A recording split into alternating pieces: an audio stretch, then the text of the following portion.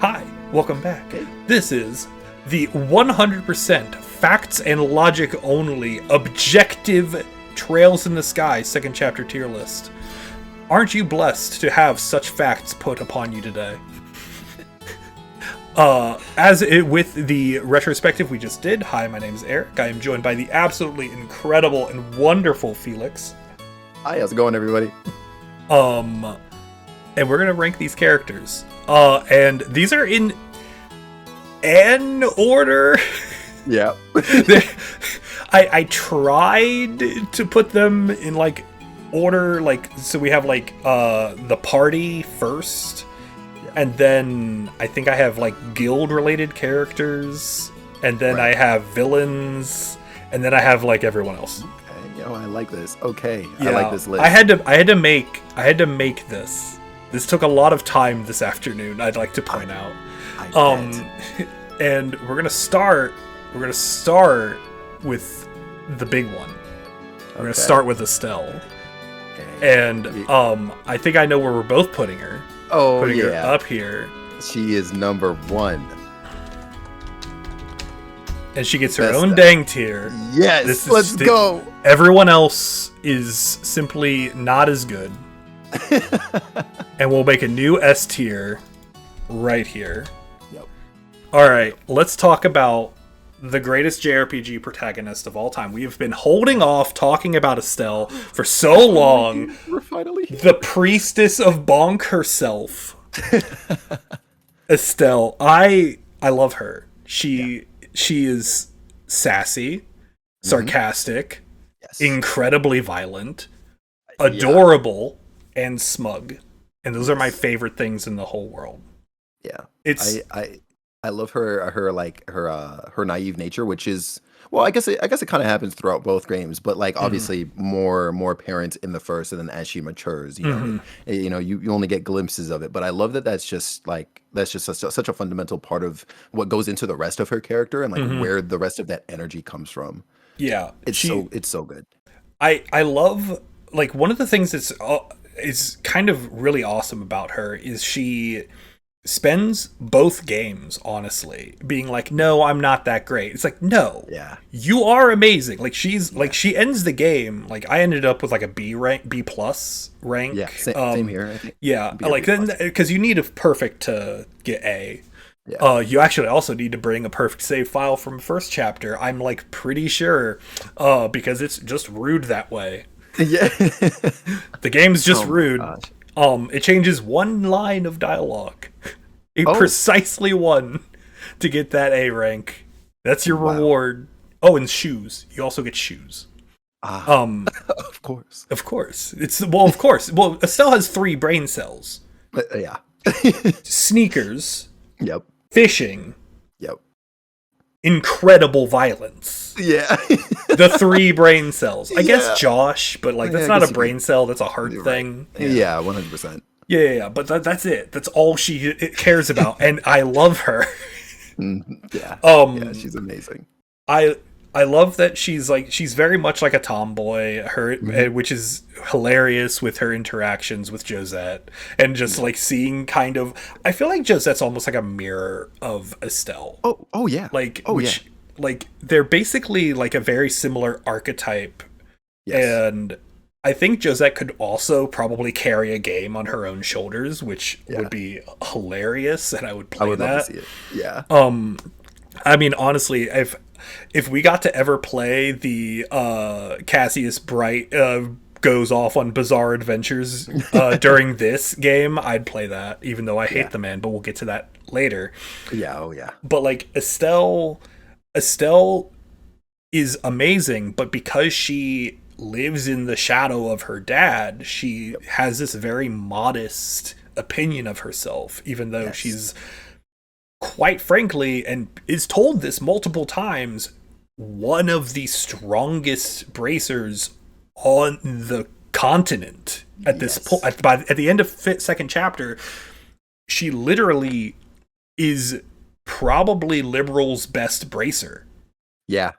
Like, yeah, they start pinning so much responsibility on her, like very early on in second chapter. They're like, "Hey, you make the decisions." And she's like, what? Like, what do you mean? Yeah, What? like And Zin even like makes a point. It's like, you're the leader, you're the best one here. Yeah. And you need to be aware of that. Yeah. And it's really just fascinating to see, like, and I feel like at some point she kind of accepts it. Like, she's still embarrassed by it and she's still bashful of it, but she's kind of like, okay, yeah, I can make these decisions. Yes. Like, even Julia defers to her at some point. Yeah. Which is like, I was like, insane. What? Yeah. It was so cool. I love, but yeah, Estelle has great interactions with everyone. She has her one flaw, if you could even call it that, is she has chronic big sister syndrome. Yeah. Like, she has, I mean, look, she adopted Tita. She basically tried to shove the adoption paperwork into Ren's face. She's like, I signed it for you, just initial here. Like, just, and then Ren's like, stranger danger, flies off on robot, which is understandable. Yeah, 1000%. I was like, like, but that is a lot to be saying right now, Estelle. Yeah, it's like Estelle, like Estelle, I get it. You needed to do that. You needed that out of your system. Of course. However, stop collecting little sisters. Yeah. Stop collecting siblings. Like, if she did she ever beat Campanella? No. She would have tried to adopt him. 100%, I believe that. Yeah. But like, she's probably the best female protag I've ever seen committed to screen in like any media, because she's not like, she is. And okay, hi, I'm some random dude talking about female protags on the internet. This is gonna go well. But like, she's written in a way where she's allowed to have her femininity. She's allowed to be feminine. Yeah. And she's not, but that's like not part of like her core character. She is a tomboy, but she's also allowed to be, you know, a girl. Yeah. And she's awesome. Like, it's like they don't wrap the plot around that. Agreed. Yes. And they could have, and that would have been way worse. But I think they wrote her in a way that I'm like, yeah, she's awesome. She's great. Yeah. I love her. Yeah. I loved even during like second chapter when it's like, oh, okay, finally the girl has been put into a hostage situation, right? They're going to use her as a tool to put agenda. And she, like, you know, she does her own investigative work and she comes to her own answer, and she basically busts herself out until you know, of course the walls close in on her, but you know, like she was putting in that work, and like I was like, okay, you know what, Estelle, dude, you got it. Like, you got it. When they kidnapped Estelle, and I'm like, oh no, finally she gets to damsel in distress, and her immediate thought was like, okay, how long do I have to wait before they let it down their guard and I can bust out? Right. how long is this gonna take? I'm really impatient. And they like warned her a couple times too. They were like, yeah, don't even think about trying to escape. Like, there's nowhere for you to go. Where are you gonna go, young missy? She's like, I'll just jump. What do you? Yeah, right. I'm Estelle Bright. What do you want? Literally. God, she's amazing. Yeah, like she's literally one of the most capable people on the planet, and I think even Ouroboros is now aware of this. Yes, they have to be. Yeah, like she's personally beat upside the head a full fourth of their roster or something at this point. She's like holy hell. I hope, I know that other games will not have her as a protag, but I hope that we get to hear more about what she gets up to in later games. I'm hoping, like, even if it's just like a page in a newspaper or something. Dude, like, right? Just give me a scrap of lore, just a scrap of Estelle lore. Yeah, I'm hoping. Yeah. Any other things you want to say about her before we move on to the other main character real quick? Ooh, no, that would be all. Well, actually, and this kind of goes into somebody else we're going to be talking about, Cassius. Mm-hmm. But I do really admire her choice of weapon. She's not your typical, hey, I wield a sword, maybe a shield kind of character. She's Mm-hmm. got a freaking staff, like, There and are not a lot of staff wielding physical fighters. Normally, yeah, especially like you'll see the, the white mage healing magic with the of course, staff. yeah, Or you'll see like I'm the martial arts guy with the staff. But yeah, like she's like, nah, it's gonna bonk people upside the head with a big stick. yeah, literally, and And she even I don't, says it like that. She's like, I will hit you upside the head. I have a yeah, large stick. yep, And I know how to use it. yeah. Yeah, I very much admire that choice for her. I don't know how much of like Cassius's reasonings for wielding a staff plays into like her reasoning for also using it, besides just being, I guess, taught at that point in time by him Hmm. because that's what he was using at the time. But I yeah, I do find it to be a very significant part of her character too. Yeah. Um I like that especially like near the end Yeah, of second chapter, like she's basically like, look, I'm gonna go in there, I'm gonna go rescue my boyfriend, and yeah, then we're gonna just beat the hell out of some dude. That's the right. game Yeah, plan. yeah, Rescue boyfriend, yep, murder dude. Got yep, it. done. Ultra violence. There's that third brain cell. Yup. I freaking love her. Yeah. Let's talk about Josh. Oh, Josh is hard for me yeah. because I've said this a couple times, Mhm. and I'm gonna just put him here temporarily so we have him Yes. out of the queue. Yeah. Um, Josh for like 90%. I'd say maybe like, okay, 75% of both games Yeah. feels like, and I think I said this to you once, he feels like a man who walked into a Hot Topic and he saw a Sasuke Uchiha t-shirt and he built his entire personality around it. Yes. And he's never Absolutely. seen Naruto. He doesn't watch that weeb Yeah. stuff. No. But he No. saw that No. No. t-shirt, he's like, this is me now. Yeah. That's my aesthetic. Yes. Yeah.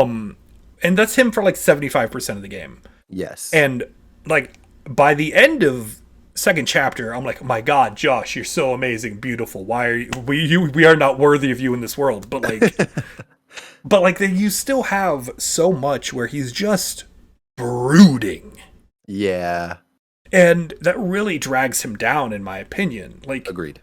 Like obviously, like Estelle likes him, so Of that's course. points in his favor. Of course. And he can play, and like he has like his journey, I guess, from like Mhm. kid to like where we see him at the end of the game Yeah. is painful. Like he has like the Yeah. roughest backstory, I would say, in out of any He's got. character. Like maybe He's got it pretty Ren bad. Yeah. like Maybe has the Ren. worst one, but like they're Yep. both, but like that's equivalently like they're both terrible. Yeah. And that's something I really appreciate about this game series Yes. is they're not afraid. Like obviously, like you can be like, oh, he has a tragic backstory, his sister died, but like they Yeah. went into the details. Yes. They went into all of And that. those details had wider implications. Yes. I loved that. Loved it. Loved it. Loved it. But like Josh, I would say Josh from first chapter was almost a non-character Pretty much. because Yeah. he basically existed as a extension of Estelle's will Yes. Exactly. I'm glad you said that. That was. and to brood Yes. and be pretty, Yeah. like which he did very good at Oh both, yeah. all three of those things. Oh yeah. And then he doesn't even really get to be his own character until the very last scenes of first chapter. Yeah. And then when he leaves, he spends some more time with the Capuas and Yeah. he broods. The entire time. Yeah. And I'm like, all right, cool, I guess. Yeah. And but then like it's not until he meets back up with Estelle where he starts becoming a character. He's making decisions again. Yeah. Like I felt like during the entire first part of second chapter, he's just trying to die. Pretty much. And the only reason he didn't is because he had some sort of contract with the Capuas, and I didn't quite understand. Like, he's like, I'm going to try to beat up the Ouroboros and take myself down at the process. Like, I didn't really understand the mechanics, I guess, of what his game plan was, because he spent the whole time brooding and being a mope. Exactly. And like, again, I'm actually pretty comfortable in A tier now that I'm like looking at him. Mm-hmm. Like, because he's not like top tier, of course, for the reasons we're complaining about him, but obviously, like, I'm willing to be like, like Josh. Yeah, overall, like, I can also agree with him being an A. Mm-hmm. And obviously, we can move stuff up and down as we go through. Of course. This is nothing here is locked in yet. No. Yeah. I definitely agree with him being in A for now. I at first I think it was like okay, but one thing that was consistent with him that I ended up getting pretty annoyed at actually was that he ended up kind of being similar to Cassius in a way where he was the guy with all the answers, and he would never want to share any of it until we were basically seeing what the result of that would have been. And I was just like, why didn't you prepare us for this at the very least? You know, like something bad. Yeah, something bad would happen. And then he'd be like, oh, obviously, this is the whatever. Yeah. And we're like, the what? He just drops a proper noun and then expects us to follow along. And we're like, I'm sorry, Josh, you could have explained this at any moment. Just throw that out there. And then, like, nobody ever, like, looks at him and go, well, actually, maybe it happens once or twice. Estelle literally tells him off for it. Yeah. I was just like, yo, what is that? I couldn't stand it. It's the worst. And I feel like a lot of characters do that, though. That is true. They do. Yeah. A lot of, oh yeah, I know something you don't know, and or I'm having thoughts about this. Yeah. I also actually got pretty annoyed with, and in a way too, like, this is one of his highlights, but at this point I think my my annoyance of him was just so high that, like, I was looking for, like, something to pick out about him. But the fight against LeVay towards the end of second chapter, I was like, okay, he's having his moment where he's stepping up and he's like, oh, okay, I'm going to take you on by myself. And I was just like, wait, you had no confidence in doing that when the whole party was going up against him, and now that he's, like, weaker, now you want to, like, you have your flashy show off one-on-one fight type deal. 1v1 me, bro. Yeah, and I was like, come on, man. Like, you're asking him to fight you with, like, I guess both of his hands tied behind his back and just, like, wield his sword with his foot or something. Like, that fight was hard. Yeah. The fight was rude. He's like, I'm gonna make a clone of myself. Yeah. Twice. Yeah, nah, I could not. On that RNG, I got pretty lucky. Because he didn't do that until towards the end of the fight. Well, he murked half my party. Oh, jeez. Yeah, no, he did not get an early opportunity to do that, or he didn't give himself an early opportunity to do that with me. But yeah, I was just like, dude, don't try and step up and, like, be the controlling force of this story out of nowhere, or like, just because, like, the scenario in front of you just conveniences whatever agenda you've still got, you know? The whole setup with the stigma as well. Yeah. Like, I get it. I understand why they went about it that way. Yeah. Like, I'm glad they did it. They, like, brought in Kevin, and they had them do, like, the mental surgery or whatever you want to call it. And then, like, Cassius was the one who figured out how to do it, because of course Cassius Bright. You know what? Let's go to Cassius Bright. Hold on. He's not next in the list, but we're going to go find him. Cassius Bright. Oh my, yeah, please. Thank you. Hold on. Cassius gets his own tier. Let's go. Cassius Bright. Why is this not? Why? Why are you this way? Thank you, tier maker. Thank you, tier maker. You know what? Cassius. Right there, bottom of the barrel. My God. Yep. This man's This man's exists for two reasons. One, to make Estelle surprised that literally everyone knows him. Yep. And two, because to solve the plot. Literally.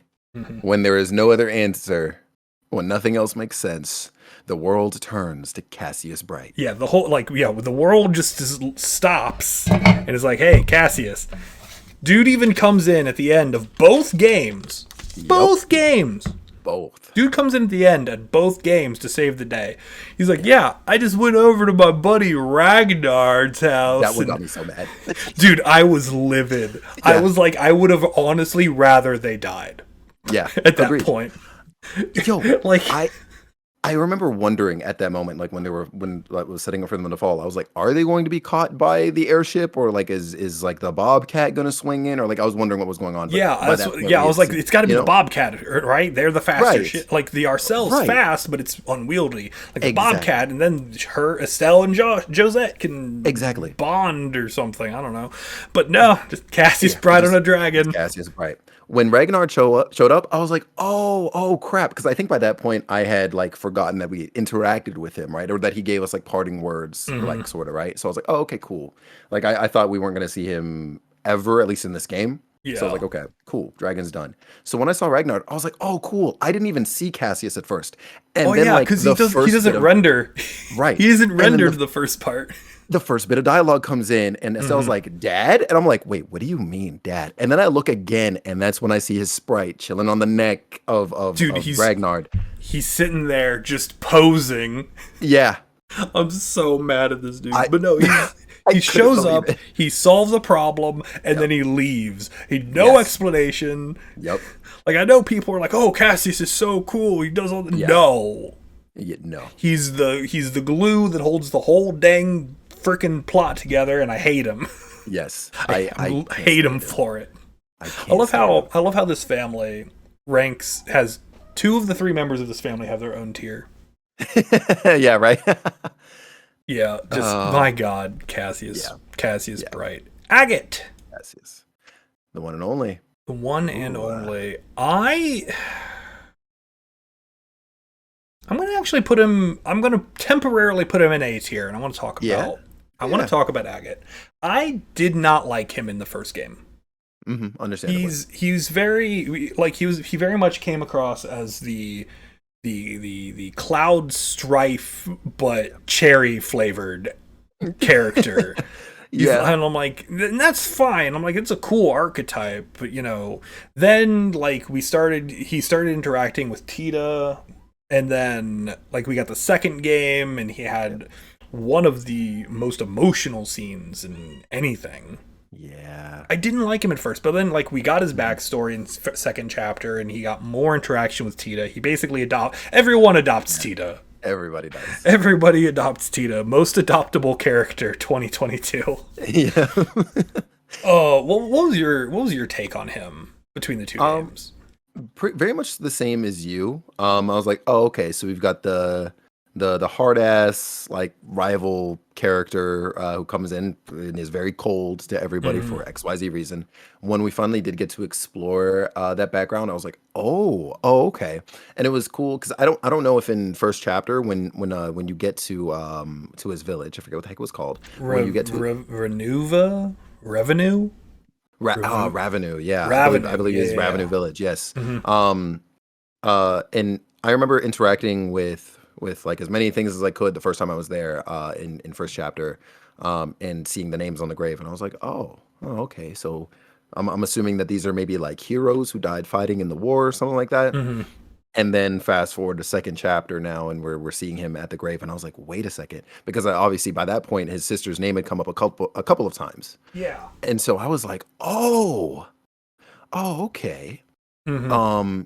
His sister's name is on that grave 100%, but I couldn't remember the list of names at the time. So when we finally got that confirmation, it clicked with me at some point as well. I was like, Tita was definitely being a replacement for his dead sister, and I was like, I realized at some point in the first game, because he mentions her name in the first game when he's poisoned. Yes, that he does.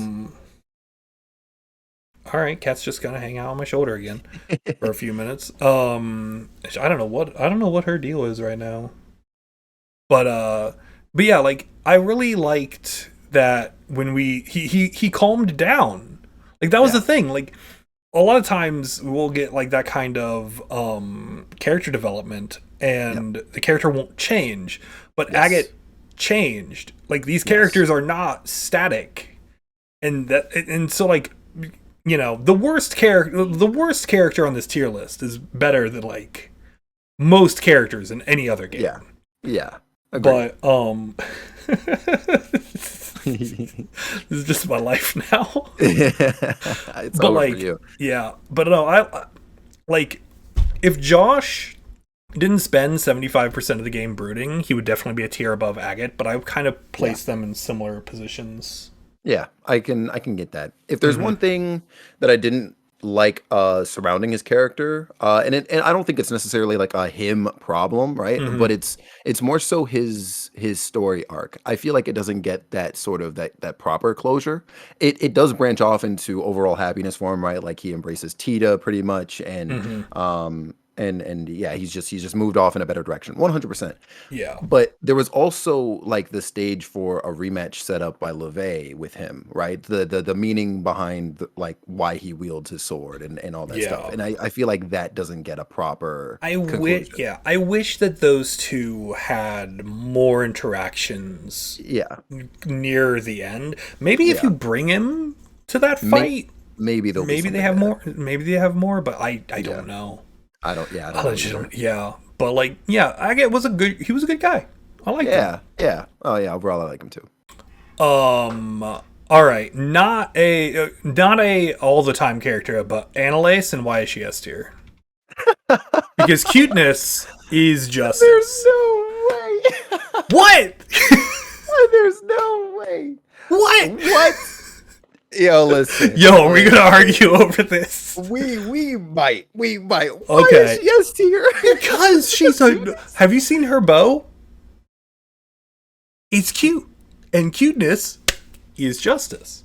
You're not a real human being. Okay. Talk to me about Analace. Give me your opinions.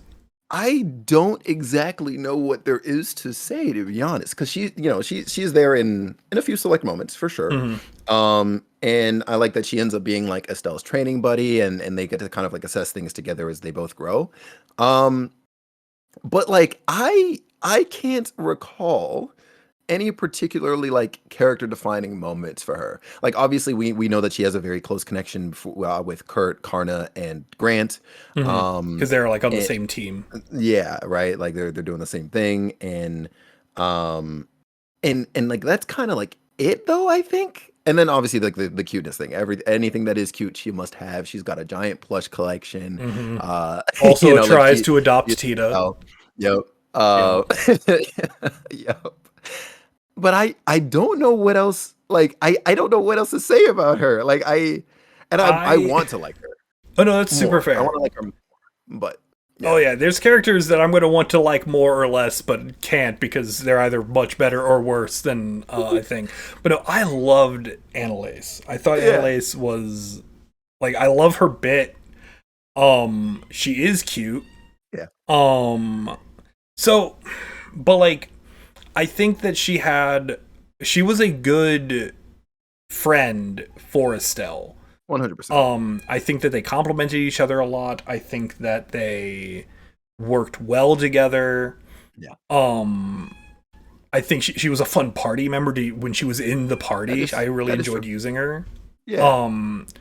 Where would you put her, I guess? Would you put her all the way? Like, I feel like you want to put her all the way at C. No, I would probably like have her be like high B. Probably. High B, a high B. Yeah. I don't want to. I don't want to put her in A because everyone's in A right now. But like the main party's like really good. I'm fine with a high B, but I'm also willing to move her up depending on how B starts looking. I can agree with that. If this is just me, she just straight up be an S. Yes, you're so funny. I get that though. I get that, she is exactly my aesthetic in characters I enjoy. Yeah. Why are you yelling? Julia, who is in the first part of this because she was a playable character for like 20 minutes. Yeah. And she gets to be in the front. Dude, I have no idea where I want to put Julia. Right. Dude, because like Julia is amazing. She has a lot of involvement with the plot of the first game because she basically leads the major distraction that lets us actually get into the castle in the final dungeon. She's exceedingly capable. She can basically 1v1 Cassius for like a minute, which is like 60 more seconds than almost everyone else on the planet, because Cassius Bright is just, you know, he's a god. Goku, but, you know, poorly written. Yeah. Well, what if he just had another power? Imagine. What if his hair changed to another color? What if it had no color? Ooh. It's so much easier to draw now. What's your take on Super? Ooh, Dragon Ball Super? Yeah. In the middle of this Julia Schwartz conversation, what's your take on Super? Because I really like Super. Overall, I really enjoy it too. Are you reading the manga as well? I am. I am current with the manga. Or at least I'm current with whatever's in the app, the Shonen Jump app. Yeah. I don't know if there's like another. I don't know if they're like behind or at all. But no, they should be. The manga is weird for me because like the Maro arc was like miserable on a week to week, but it was really good on a reread. Yeah. And I feel like this arc's also like. I hate like I'm sorry, it's month to month because it's freaking monthly chapters. They need to fix that. Like I get it, but like it's driving me insane. Yes. I like Super. I think Super made me watch anime weekly again. Yeah. Like, cause I hadn't had that like feeling of like, oh man, I can't wait for Saturday, like for a show in a really long time. And then like, it's weirdly enough, the Tournament of Power, which everyone's like, oh, Jiren's so boring. I'm like, no, dude, everything else around it's so cool. Yeah, exactly. Like, it was, I friggin' love Super. The Broly movie's also really insanely good. I'm so like, I do like the way superhero looks now. Like I've that's grown on me. Now that we've seen it in motion, it looks good. Yes. Like the screenshots did not look good. No. The promo screenshots looked. I'm like, hold up, buddy. But like seeing it in motion, like I'm like, I might go see that in theaters, and I haven't been to a theater. I bought my tickets, dude. The second they went on sale, I bought my tickets. I was dude. Like, I haven't been to a theater since 2019. So the like pandemic time, pretty much. Yeah. Well, you know, in March 2020, a very important event happened that changed the entire world, and that was when Animal Crossing New Horizons came out. Exactly. You know, I guess there was a global pandemic, but also people quit their jobs over Animal Crossing. Yeah. Or would have if they had them during the pandemic. Yo, that's good. I like that. I like that. Yeah. Julia Schwartz. Yes. Hold on, we're getting distracted. Yeah, no, you're good. It's not an Eric video. That's heavily distracted. Yeah, we see now that I know that you like pay attention to Dragon Ball as much as I do. We'll definitely be talking more Dragon Ball in the future. Absolutely. Dude, I freaking love Dragon Ball. Yes. Julia Schwartz. She's really good. Like I said, she's like one of the few people that can stand up to our God King Cassius Bright in a fight. She's been highly capable. She's she has a lot of initiative. I think she's awesome. She's one of the better side characters 100%. In the game. Her relationship with Kloe is also just really good. Like Go ahead. I like how because I'm trying to separate like third knowledge right now because I can't remember how much of it is how much of it pops up in third and is just in like first and second. But I do like the little sprinkles of the relationship that we get between those two. You know, like she seems to struggle with the idea of them actually being friends, but obviously the care for each other is just so mutual and it is so large. And I don't say this as a knock against her, but in a way, like given her position, I actually do appreciate that she has a bit of a confidence issue. Mm-hmm. Like she's not, yeah, she's not overconfident, even though she is like such a high ranking, level headed at that too, like character. Um, who can, yeah, like I she can stand think up with the greatest of the greats. I think it's a problem that a lot of people who trained under Cassius have.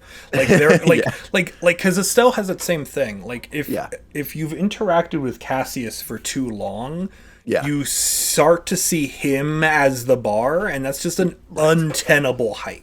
Yeah. And so everyone that's interacted with him for an extended period of time like has this problem where they're comically overpowered for the setting, but they don't see that because Cassius is that extra level more comically overpowered. Right. Right. Exactly. Yeah. Yeah. And I Yeah, go ahead. no, that's all I had really. Oh, I was okay. like, are we ready to move on, or do we have one more thing for Julia?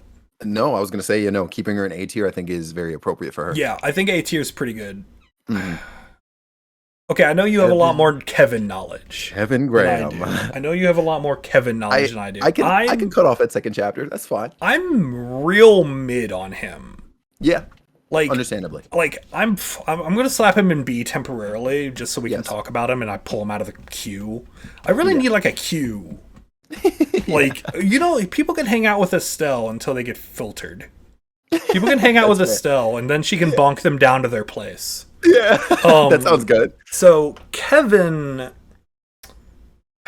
actually, I am kind of comfortable putting him in B, low B, high C, because Yeah, like same. he didn't get a ton. No. Like He's I he's feel an like enigma. second chapter is basically setting up, hey, Kevin, he's mysterious, and Exactly. he kind of stole Olivier's bit. Yes. Of like Like, being the kind of like lecherous, yeah, like he's like, yeah. oh, I'm gonna hit on these chicks. Like the first thing he does is hit on Estelle, Yep. like while she's like crying on a boat. Like that's his Yep. character introduction is Estelle like sobbing silently on the deck of an airship, and then he's like, this is an excellent time to hit on this attractive woman. Yeah. Yeah. Like And like his kit is basically Chloe's kit, yeah, pretty much. and Always like kid, but with, like, everything arranged. everything, yeah, but he's Chloe but with a crossbow, Yeah. gameplay wise. Like everything he does in second chapter is cribbed off of someone else. Yep. And then he's 100%. like, oh, I have cool mental powers like Zin, Yeah. but mine are cool and special from the church. And then like Right. he's the vehicle, it's like he's the fifth Grail Knight or whatever. Yeah, And the I'm like, fifth all Knight right. Dominion. Yeah, the fifth Dominion of the Grail Setter. I'm like, all right, cool, man. Yeah. Like, you do that, I can turn people into salt with my crossbow. It's like, You're right. okay, short moment. When Georg got like shot with in that hallway, and then I was like, Kevin, you missed his face, you need to go for the face. He's like, what? And then Georg's like, is this a steak? I'm like, my initial response wasn't like, is it a magic steak? I'm like, wait a minute, is Weissman a vampire? I'm like, hold That's on, very fair. hold on, why is that relevant? He's like, Yeah. pillar of salt. I'm like, what? Yeah. So like Yeah. Kevin, I'm sure third chapter, and you probably know much more about this than I do. I'm gonna have a much different opinion about Kevin by the end of it, or the same opinion but with more to back it up. There's a chance you might think Kevin is the villain because I'm I he gives I that ran with vibe. that gag. Yeah, I ran with that gag Vibe. starting from that moment actually when Dude looks like a when carrot. right. I think they actually riff on him quite a bit for looking like a I think a spring onion. Yeah, Quite a I bit. see it. Yeah, Yeah. I see it. Yeah, they make fun of his hair and they say he looks like an onion quite often. Yeah. But yeah. Um he is obviously more than meets the eye. They set that up very early on, Mhm. I think. Like shortly after he flirts with Estelle, it's like he's making note, like, oh yeah, hey, okay, she's running back home. I need to tell somebody. And then he meets up with her at the house, and yeah, He is um, competent. He is good at his yes. job. It's Oh just that yes, he's easily distractible. I'm gonna go with easily distractible. Yes. Like for like 70% of the time, he's like, oh, I can hit on that chick, and then like just faff off and do that for a while. Yeah. But that's all I got on Kevin at this point. Yeah, no, 100%. Like he's there. Yeah, for being strictly second chapter knowledge, high C, low B makes perfect sense. He's probably, in my opinion, the worst party member. I can get that. Yeah. By the time he shows up, it's just But you know who's like one of my favorite party members? Kloe. Hey, Kloe von Auslese. Her outfit change at chapter 8 was nuts. Like I was like she shows up, she gets her own splash art again. I was like, I was like, I love the look of it. It looks so good. It's clean. It's like lavender. She's like, she has one of my favorite. It's probably, honestly, like, if you consider like Agate and Tita to have a very similar plot through line, it's those two and her have my favorite like party character plot. Like how she's very like, oh, I don't know if I can actually do this as regards to, you know, taking over the kingdom and becoming the next queen. Like her hesitance to that, her stepping up and really like becoming, like stepping into that role as the crown princess. And like that confidence, and like it's just, she's just really amazing. Like she's probably, I would like to actually put her at S tier. Absolutely. Like, I was gonna say, I think out of all of the characters in Sky first and second, and like she probably has the most development across both games. Like outside of obviously like Estelle and even Joshua, like she is right there in like third place as I'll agree such with a that. major figure. Yeah, love her. Mueller. Actually, no. We'll talk about Olivier first, and then we'll talk about Mueller, because I feel like they definitely that conversation is linked. Yeah. I want to dislike Olivier more than I do.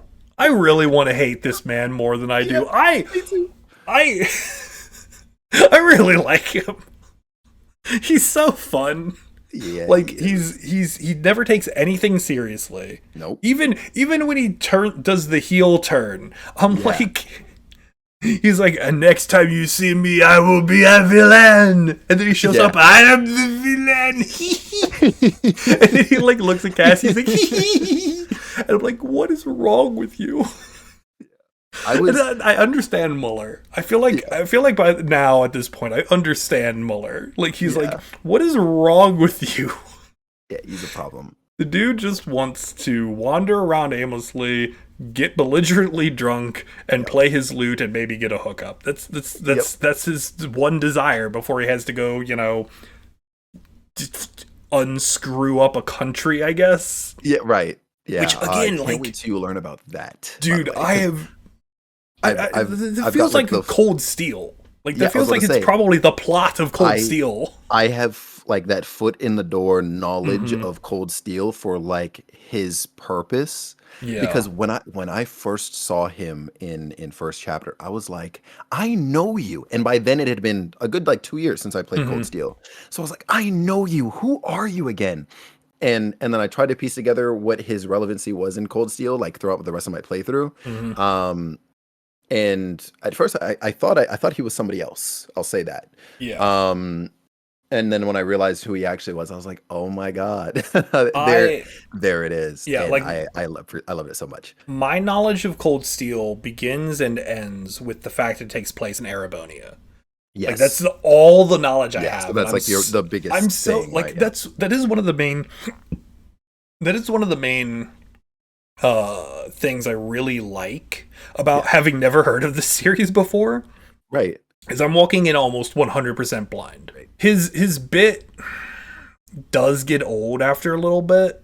Yeah, definitely. But like he's annoying like almost on purpose. But like every he just has so many antics. I'm pretty comfortable putting him in A. There's a lot of party members are going to be in A tier is going to be a lot of party members. Yeah, 100%. There's very few bad party members. Agreed. Yeah, A makes perfect sense. Yeah. But like, I like him. He was one of the people I brought to the final boss of the first game, actually. Yeah. Yeah. Nice. Because he's like the best caster in the game, which is great. Yeah. And you can't have Olivier without Mueller. Yeah. His eternally patient caretaker. Yeah. Babysitter. He's cool. He's such a cool guy. He's clearly like also like an insanely competent guy. Like the dude is terrifying. Yes. The one fight we have against him, he just absolutely like he 1v1s Josh. Yeah. And like that at that point we understand the implications of that. Yeah. It's like, oh, holy crap. Like he could probably take Julia. No, that would be a good fight. That would be a good fight. I would actually probably put Julia in front in that fight. I see why. But it would be close. Very but like close. he's like basically Erebonia's Julia. Yeah, pretty much. That's basically his job. Is like he's like one of the elite fighters. But like 90% of his storyline is, oh God, where's Olivier? I have to beat him upside the head so he doesn't cause an international. And for that, I'm probably gonna put him in B. Yeah, I would say B like he's better than Kevin. Yes, because again, we just don't have a lot to work with Kevin. Yeah, not at this moment in time. But like, he's fine.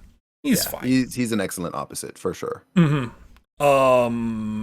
Scherazard, which I suddenly realized I totally butchered her name. Scherazard. Yep, Scherazard. I think I spelled it terribly too. Oh, but I think you're good. Yeah, maybe I have no idea. Oh, okay. You're just missing an H. Whatever. Yeah. Oh, yeah. There. I'm like, there's something missing, but it's an H. All right. I made all of this in like an hour. No, don't even worry. Yeah. Scherazard. She has a very interesting through line.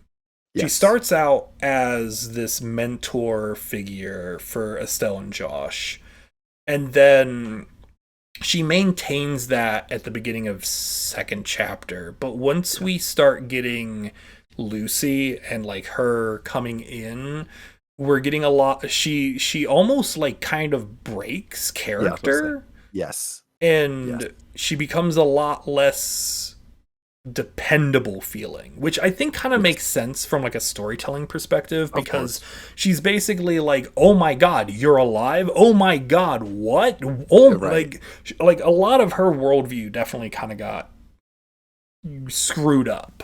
Yes.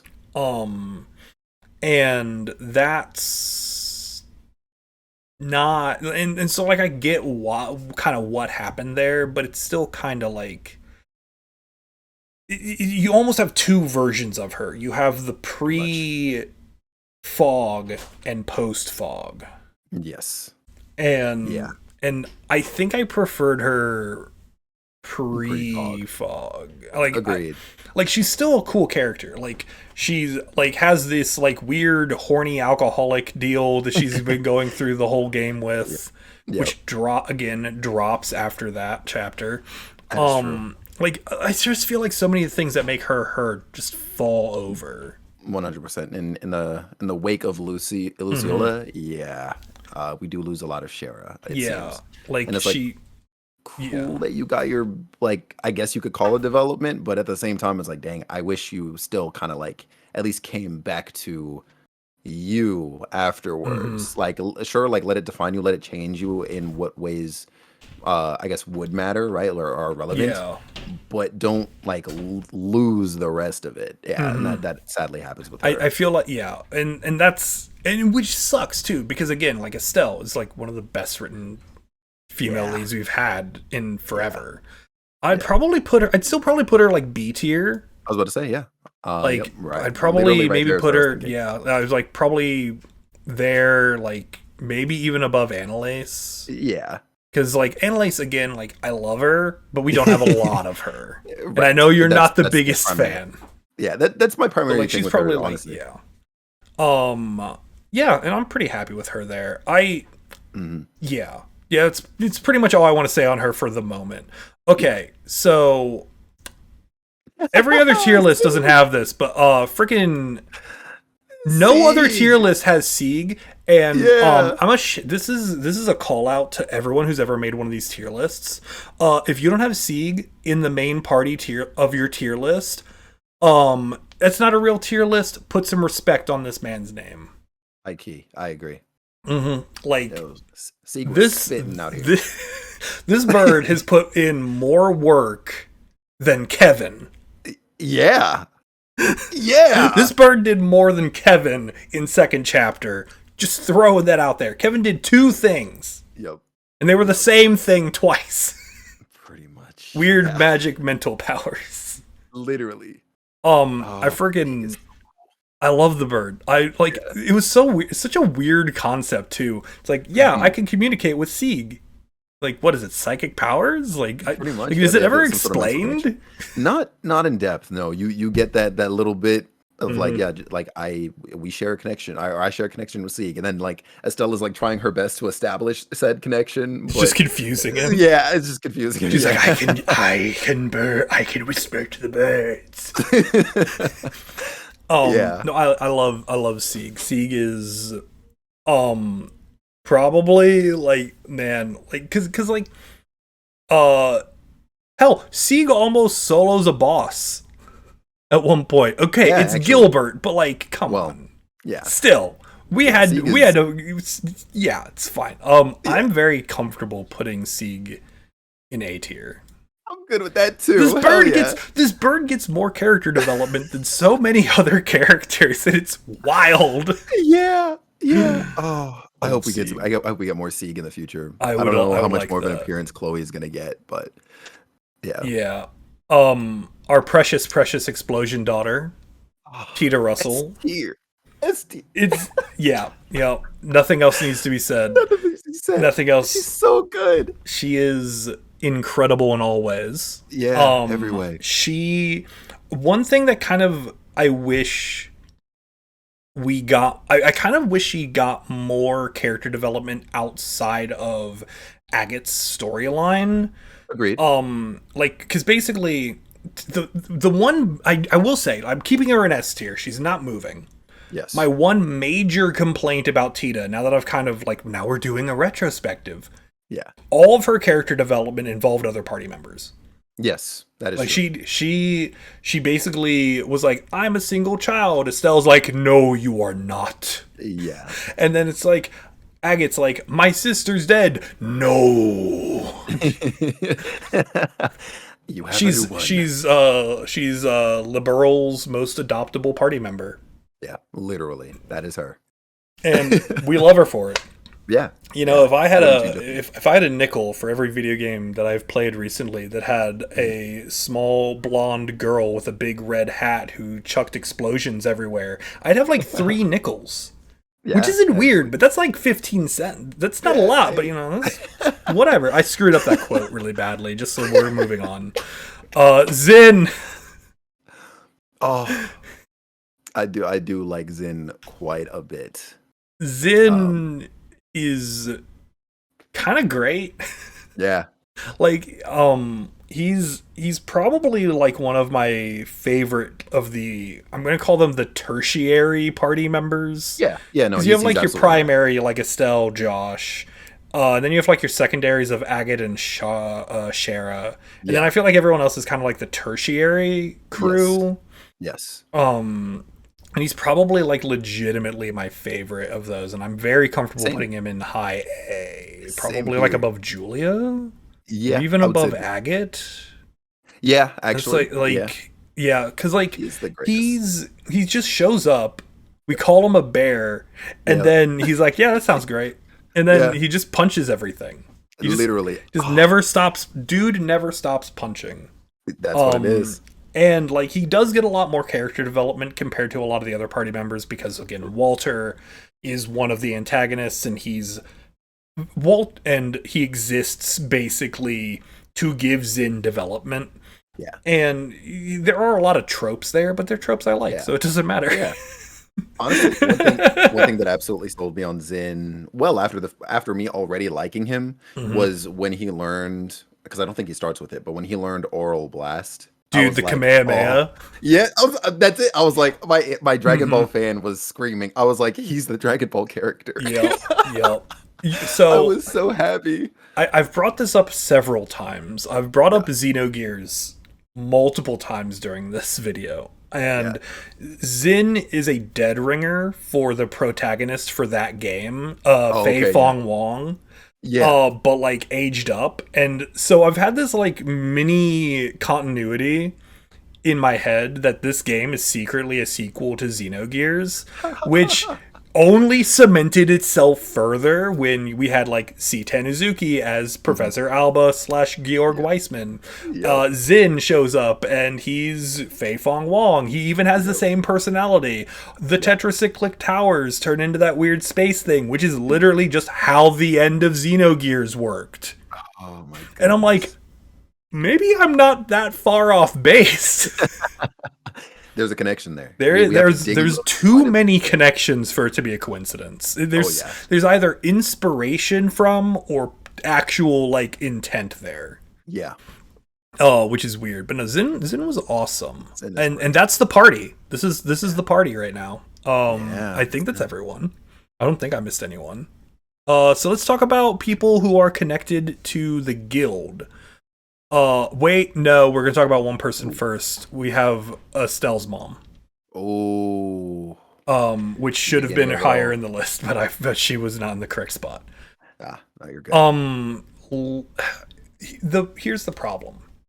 She was not much of a full character. We only got to really interact with her for like 2 scenes. Really, like maybe like 30 to 40 minutes of gameplay, and that's if you're slow.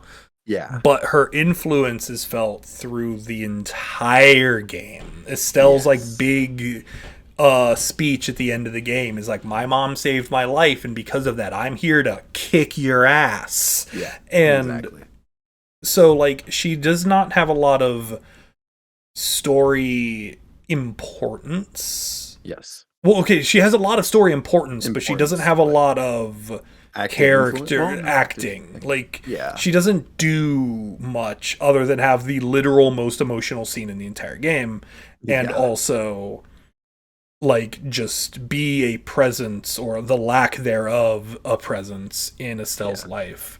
Yeah. I really want to rank her very high because of the importance. Yes. That she has to both Estelle and Cassius. Yeah. But, like, it's kind of hard to do that. I'm kind of wanting to just toss her at the top of B tier for now. I'm game for like, that. Yeah. I would almost put, like, I don't want to put her in A tier. Right. Yeah, I understand. But, like, all of her good points are her influence on Estelle and Cassius. Yeah. And also shooting down Cassius for being horny. Like, that was, I'm like, thank you. Someone told this man no. God. Oh, what a dude. Yeah. Cassius Bright. What a guy. Cassius Bright. All right. Now we have guild people. Let's go through the guild leaders. And we'll start with Roland's. Aina, yeah. Aina Holden. I didn't know some of these. Fun fact: some of these characters no longer have last names. This is your fun fact and warning, because I looked them up on the wiki. I had to look them up. I was like looking for spoilers. I'm like, where? Who are these people? Why can't I find their last name? Right. Everyone in this game has a last name. I like Aina. So she was the one who can outdrink Shera. Yes. She basically, did you do the side quest where the one dude tries to outdrink her? Yeah, bring her on a date. Yes. Now, did you do that with Olivier? Yes, I Okay, did. good, Yes, I did. good. Because I wasn't going to, and then my chat's like, no, dude, bring Olivier. This is important. I'm like, okay, and that was probably one of my favorite like side quests that we got. We got paid for that. Yeah, just casually, we got paid for that. Yep. Amazing experience. I had Tita. Tita was my other party member at the time, and she's like, "What is happening? What is wrong with these people?" I love her because she's just like, just always wanting to drink, and she's great. That is a little one note, I guess, though. That it is. But she's also like, she's our first guild. What is their job and title? Guild. Receptionist person. Yeah. And like and so she gives us a lot of the ropes. Yes. And I think she also like she has a good relationship with Estelle. Mm-hmm. I'm probably comfortable throwing her into like the B tier. I was about to say, yeah, like because she's not great. Bottom of B? That's fair. I would say so. Yeah, because she's not beating Mueller. Yeah, there's no way. Yeah, but she's definitely better than Kevin. Good. Yeah. Oh my god. Let's bring Bose's guild guy, Lugren, who does not have a last name. And if he does, and someone's gonna comment it below, you're lying. This dude stepped up. He did. When Bose was attacked. Yep. This dude very, very obviously panicked for a few seconds, but the second he had like a moment to put himself back together, he did. Oh, what's wrong?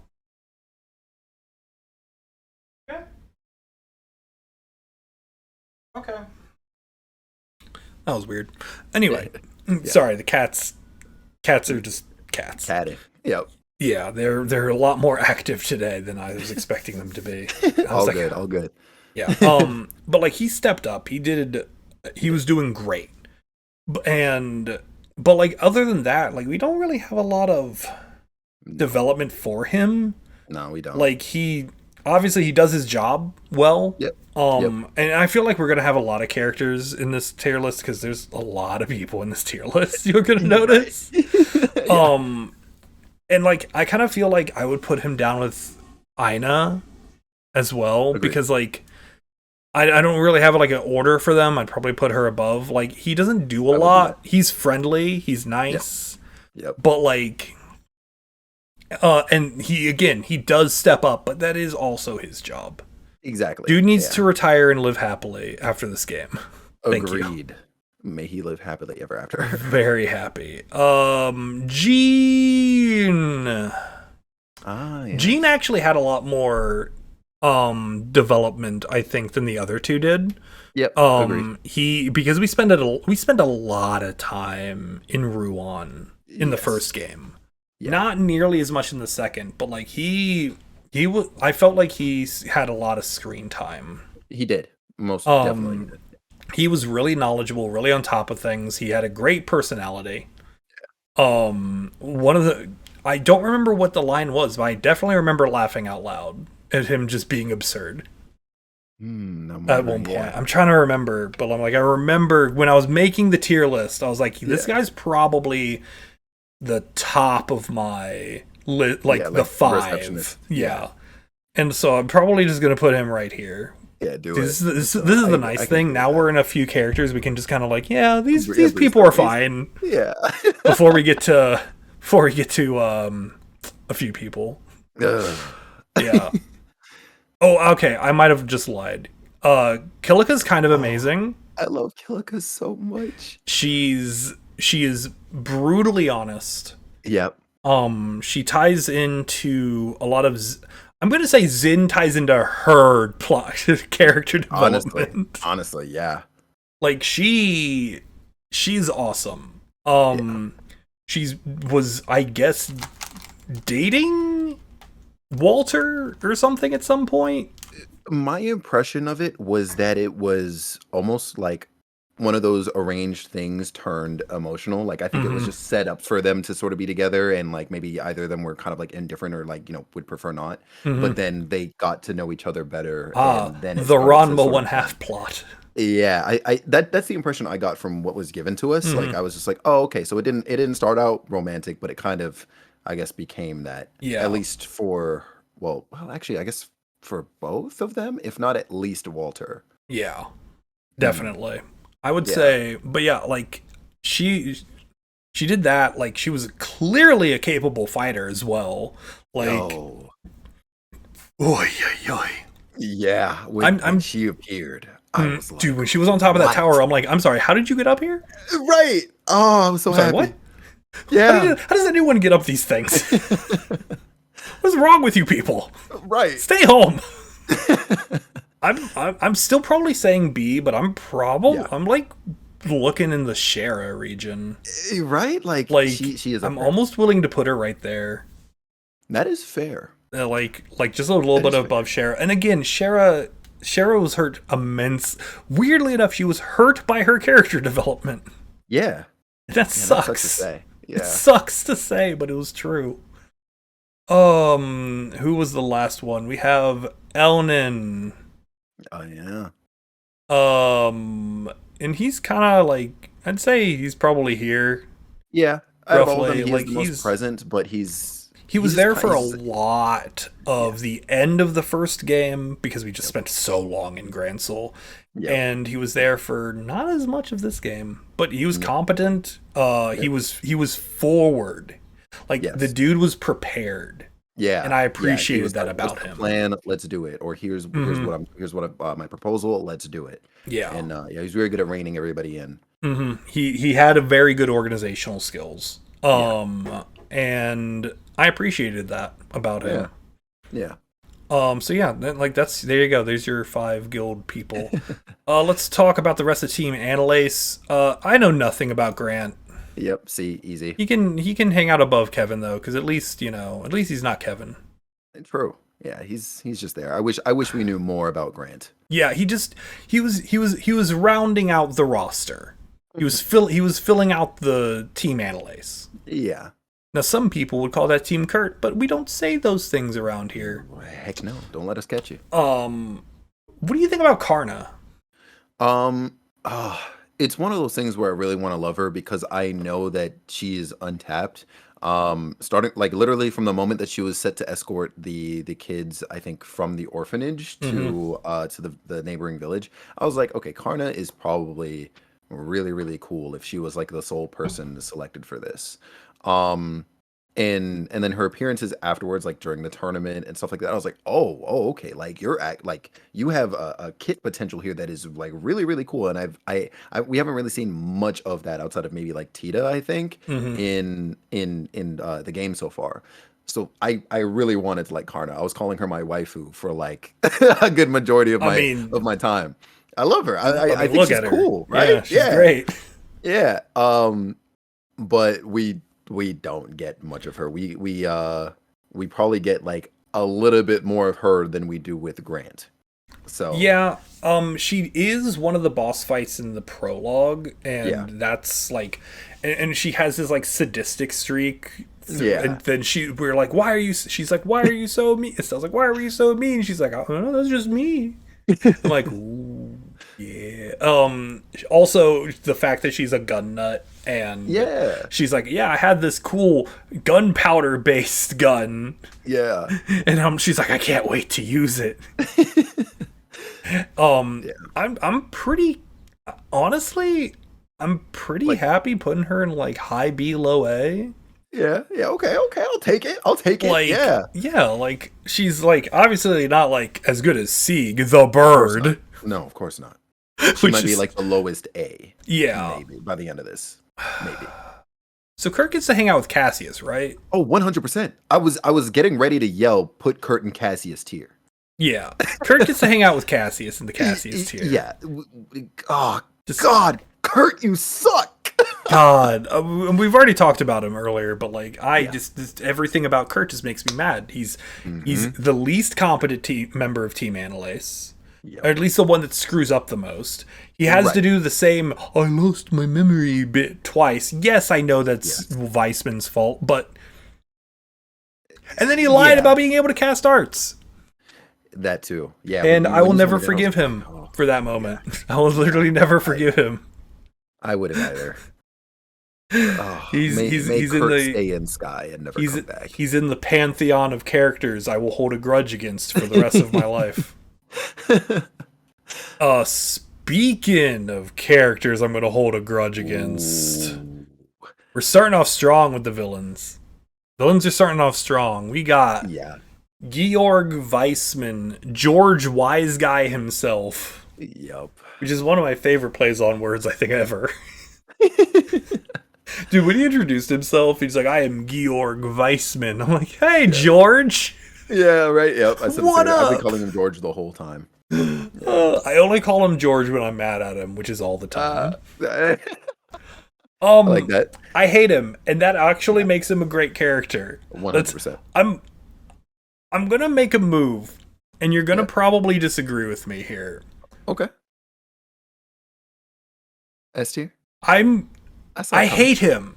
Yeah. But like it's because of how well written he is, how sadistic. Like he is the most evil dude in this game by far, and it's not even close.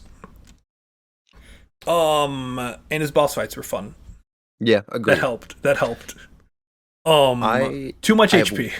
Oh yeah, agreed there too. Oh my god. All right, I have one question about his I guess his character overall for you. Mm-hmm. How do you feel though, knowing that he, much like the other, I guess, members of Ouroboros, are like he is also just a pawn for somebody else? It's kind of terrifying in a way. I agree. The whole and we've talked about this kind of at length. Is the scope of this game is kind of nuts because we're not dealing. He wasn't the boss. Yeah, he was one of 4. What's the word he used? Like the angelic-ish sort of term, right? Angelus, I would say, or something. I said Anguisse. Anguisse, Anguisse. Yeah. No, I think that's my chat confirmed how that's pronounced. Thank God. Okay, I always ask my chat because there's like one guy, hi, how's it going? Who always looks it up. They'll always look up how things are pronounced because I never pronounce anything correctly, and sometimes I do it on purpose just to irritate people. But that one I had I'm like, okay, what is this word? Anguisse. And he's a great villain. Yes, I'm a big fan. He's present through the story. He's menacing. Amazing theme until he screws it up with the organ. And he just wanted to be Ganondorf, and I can't blame him. Ganondorf is cool. That he is. Yeah. Oh. Also, he the first time he just pulled out the giant staff or whatever. I'm like, I'm sorry. How long have you had that? Right. Where did that come from? When did you start to get suspicious of him as, I guess, a villain, if at all? Oh, literally scene 1. Like, really? But for the wrong reason again, because he looks like a dude from another video game that I hated. He looks like Citan Uzuki from Xenogears. But when he was actually revealed as a villain, it completely left fielded me. Yeah. Early in the scene, I'm like, there's no way. There's a 0% chance. But then he had the camera turn, and I'm like. It just absolutely destroyed me. I'm like, how is this actually happening? That makes sense. Yeah, it was nuts. When did I kind of clue into him as being something more? It was maybe the second or third time you'd come across him in another tower. I was like, okay, yeah, you're studying these or whatever, but I don't think you're studying them for the reasons you're saying you're studying them. Because anytime we've seen him with other people, and they're like, hey, what are you doing here? Nobody knows who he is.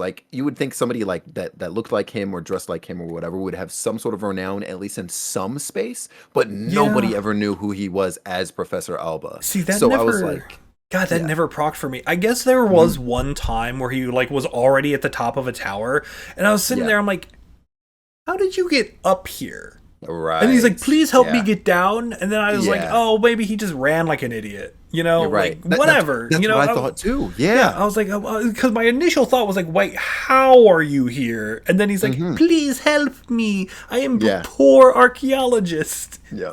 I love how later he's like, oh yeah, I did that whole poor archaeologist bit. I was an archaeologist, but I was never poor.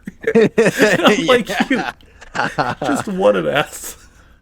Oh, what a dude. Yeah. Oh, let me talk about my favorite theater major. Ooh. Blueblanc, the Phantom Thief. Oh. I have a lot of words about this guy because he's probably the enforcer that's the most present through both games because he has all the worst side quests. I want to say so much, bro. You have no idea. Hit me with it, man. This is a safe zone for Blueblanc hatred. You are so spot on for just like his presence. You will continue to feel his presence. I'm actually low-key really happy about that. Yes. Yeah. I just want him to troll the party for the rest of time. I want him to troll the party in every game forever. When I saw him in Trails in the Sky, I said, what? Because he is in Cold Steel? Cold Steel. I think it's touched on very loosely in Sky somewhere, but he is from Erebonia, I'm pretty sure. He mentions that when him and Olivier talk. Yes. And so I was like, oh, like when I saw his stupid little Why is Phantom everyone from Sprite, Erebonia weird and horny? Hey, right? It's too cold up there. Oh, wait till you meet That's the problem. Oh God, it's got to be what it is. When I saw his goofy little sprite, all monochrome, flying around as the ghost or whatever, right? When we were figuring out that mystery, I was like, wait a goddamn minute! I could not believe that he was here. I was like, you're here? You started here? I couldn't believe it, dude. And it's even wilder because he's in the first game. Yes. He's in first chapter, but we don't see him. He's just the dude who steals the candelabra. Exactly. Which I would have sworn that was Gilbert. Right. I was like, oh yeah, it was Gilbert, obviously. Yeah. Because, you know, it's Gilbert. I was led to believe that too. Yeah. I'm like, and even you get asked about it in second chapter. I'm like, yeah, it was Gilbert. It's like, no, it's Phantom Thief B. I'm like, yeah, Gilbert. Yeah. Duh. Exactly. It's like, no, it's not right. I'm like, what do you mean it's not right? Yeah. I say this a lot about Ouroboros. Yeah. As a whole, Ouroboros is what happens when you give theater majors a budget. Because a supervillain is just a theater kid with a budget. Yep. Right? Because like you can have regular villains who are just bad people, but a theater kid, if you give them any money whatsoever, someone who acts in like stage plays, if they're given any money in the slightest, they become a supervillain instantly. Yeah. Yeah. And that's literally Ouroboros, and specifically Blueblanc. Yep. He's just like, I have money. I shall become a villain. And that's his shtick, and I love it. I will say under normal circumstances, I don't care for like, I guess, riddles or like puns, right? That's not me, but I can appreciate what they contribute to our lives as a whole. And screw this man in particular. Blueblanc is I will say there was only 2 times, 2 of the riddles between the 2 games that screwed with me, and the reason one of them screwed with me is because I just missed the prompt entirely. Okay. I'm like, it's got to be here, right? Yeah. It's got to be here, and I was right. It was there, but I just didn't see the bubble, and so I just ended up going everywhere else. Right. And the other one was the one with it's in a forest. And like the 5 boxes, and like you're supposed to do the 5 boxes. Spoilers for this side quest. Right. But like there's 5 boxes next to the mayor's house, and you're supposed to do that. But like it's a forest, it's trees. So it's clearly like 5 trees. And then someone had to explain, like, no, what it's made of stuff from a forest. I'm like, oh, it's the 5 boxes. Yeah. There's a stack of boxes somewhere. I'm like, okay, I got it. I think I managed to figure that one out pretty fast. I think if anything, I maybe messed around with like the placement. I think actually not the boxes, but I think it was whatever was after that. Where I think it was the furnace or something. The furnace I accidentally stumbled across. 100% accidental. I was like, oh, because I was going to a different building to look at it, and I accidentally found the prompt. I'm like, oh, nice. All right, that makes sense. Yeah, that one. The 3 brothers one in Zeiss. That was the other one that took me forever because I went there. I correctly guessed the clue. Yeah, but I didn't see the prompt. Yeah, I'm with you on that. I almost missed that one. Yeah, it was rough, but no, like Blueblanc. I really like Blueblanc. I'm willing to put him character, dude. I was gonna put him in like here, high A. I was going to literally put him at the top of A. Like he's not George Wise guy. That is true. Good. Yeah. But like he's probably my second favorite enforcer. High A is high A, he's definitely my second favorite enforcer. And we'll get to my favorite enforcer at some point in this pile. What the hell do we do with this guy? Campanella is something else. I think even having the I guess like the title of the Fool is kind of a power play. Like, it is. Yeah, it really like, is. It's like we have numbered enforcers. What's yours? 0. Right. Like the second most manipulative person for sure among the enforcers we're aware of. For sure. I have a feeling we're going to see a lot of Campanella through the series as a whole. Yeah, I honestly hope for it because I personally cannot recall any other time where I've interacted with the character outside of Sky. Fair, it's super fair. He's when he comes back, it's got to be something huge.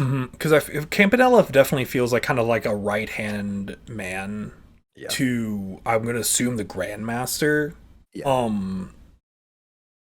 And but we don't have a lot on them. Like, obviously, they're kind of twisted. Yeah. But, like, other than they are very Cheshire Cat kind of deal, like, we don't have a lot to work with. I'm willing to put them, like, probably... Honestly, I kind of want to put them down here. Yeah, I was going to say, I like B somewhere. Like, maybe like, under Mueller. Because I Yeah, do like Mueller. Yeah, it only ends up doing is pretty much like he does have character.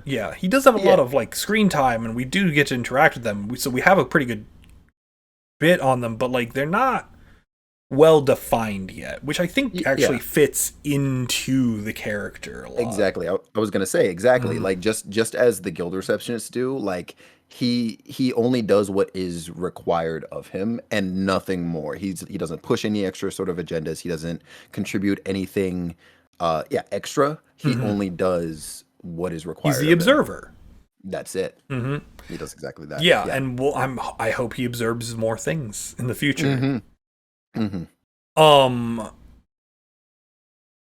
Gilbert. Oh my god. Oh, I kind of feel bad for him. Oh, I do too. I feel a little bad for Gilbert. Like I do too. Yeah. Did he ever use his S-craft on you? He has an attack that takes like a solid 30 seconds. I don't believe he did use it on me, actually. I might be wrong. He's an attack where he basically begs and pleads for like a solid 30 seconds. And then he punches you or something and it confuses you. It was amazing. What? It was literally incredible. What? He throws a grenade at some point and it does 0 damage and doesn't explode. It's like I love Gilbert. I gave him little snazzy sunnies in the tier list.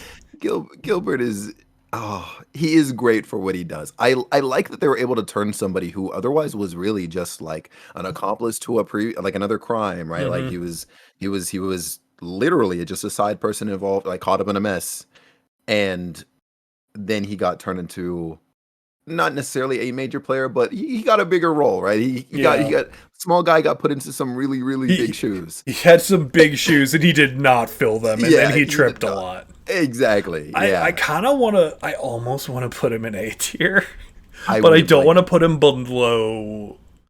I want to put him in A tier, but I don't want to put him below Lena. Oh yeah. You know, This is what I'm gonna do. This is what we're gonna do. Lena's getting upgraded. Let's go. She's the bottom of A now. Of A. Gilbert gets to hang out at the top of B tier for a hot minute. I like that. Oh, this man. He's something else. Oh, okay. I don't want to talk about Love just yet. Let's go through Lucy and Walter for next. Oh, sounds good. All right, I kind of want to build up to I kind of want to build up to that guy. Yeah. I have problems with Lucy. One, understandable. Where did your shirt go? Two, okay, she's like the only design like that in the whole game. That is true. Like, Scherazard leans that direction, but Lucy went into full blown. Where is your tailor? Yeah. Like, who made this and looked at you and was like, go out in public this way. Right. Like, where is your father who you killed her? She killed him, but it's beyond the point. Right. And the other problem I have with Lucy is all of her characterization is she is Shara's backstory. Yeah. Like, she exists as a vehicle to give us Shara's backstory. 100%. And I kind of just want to toss her down in C tier. Like, she gives us one of the best chapters in the game. Agreed.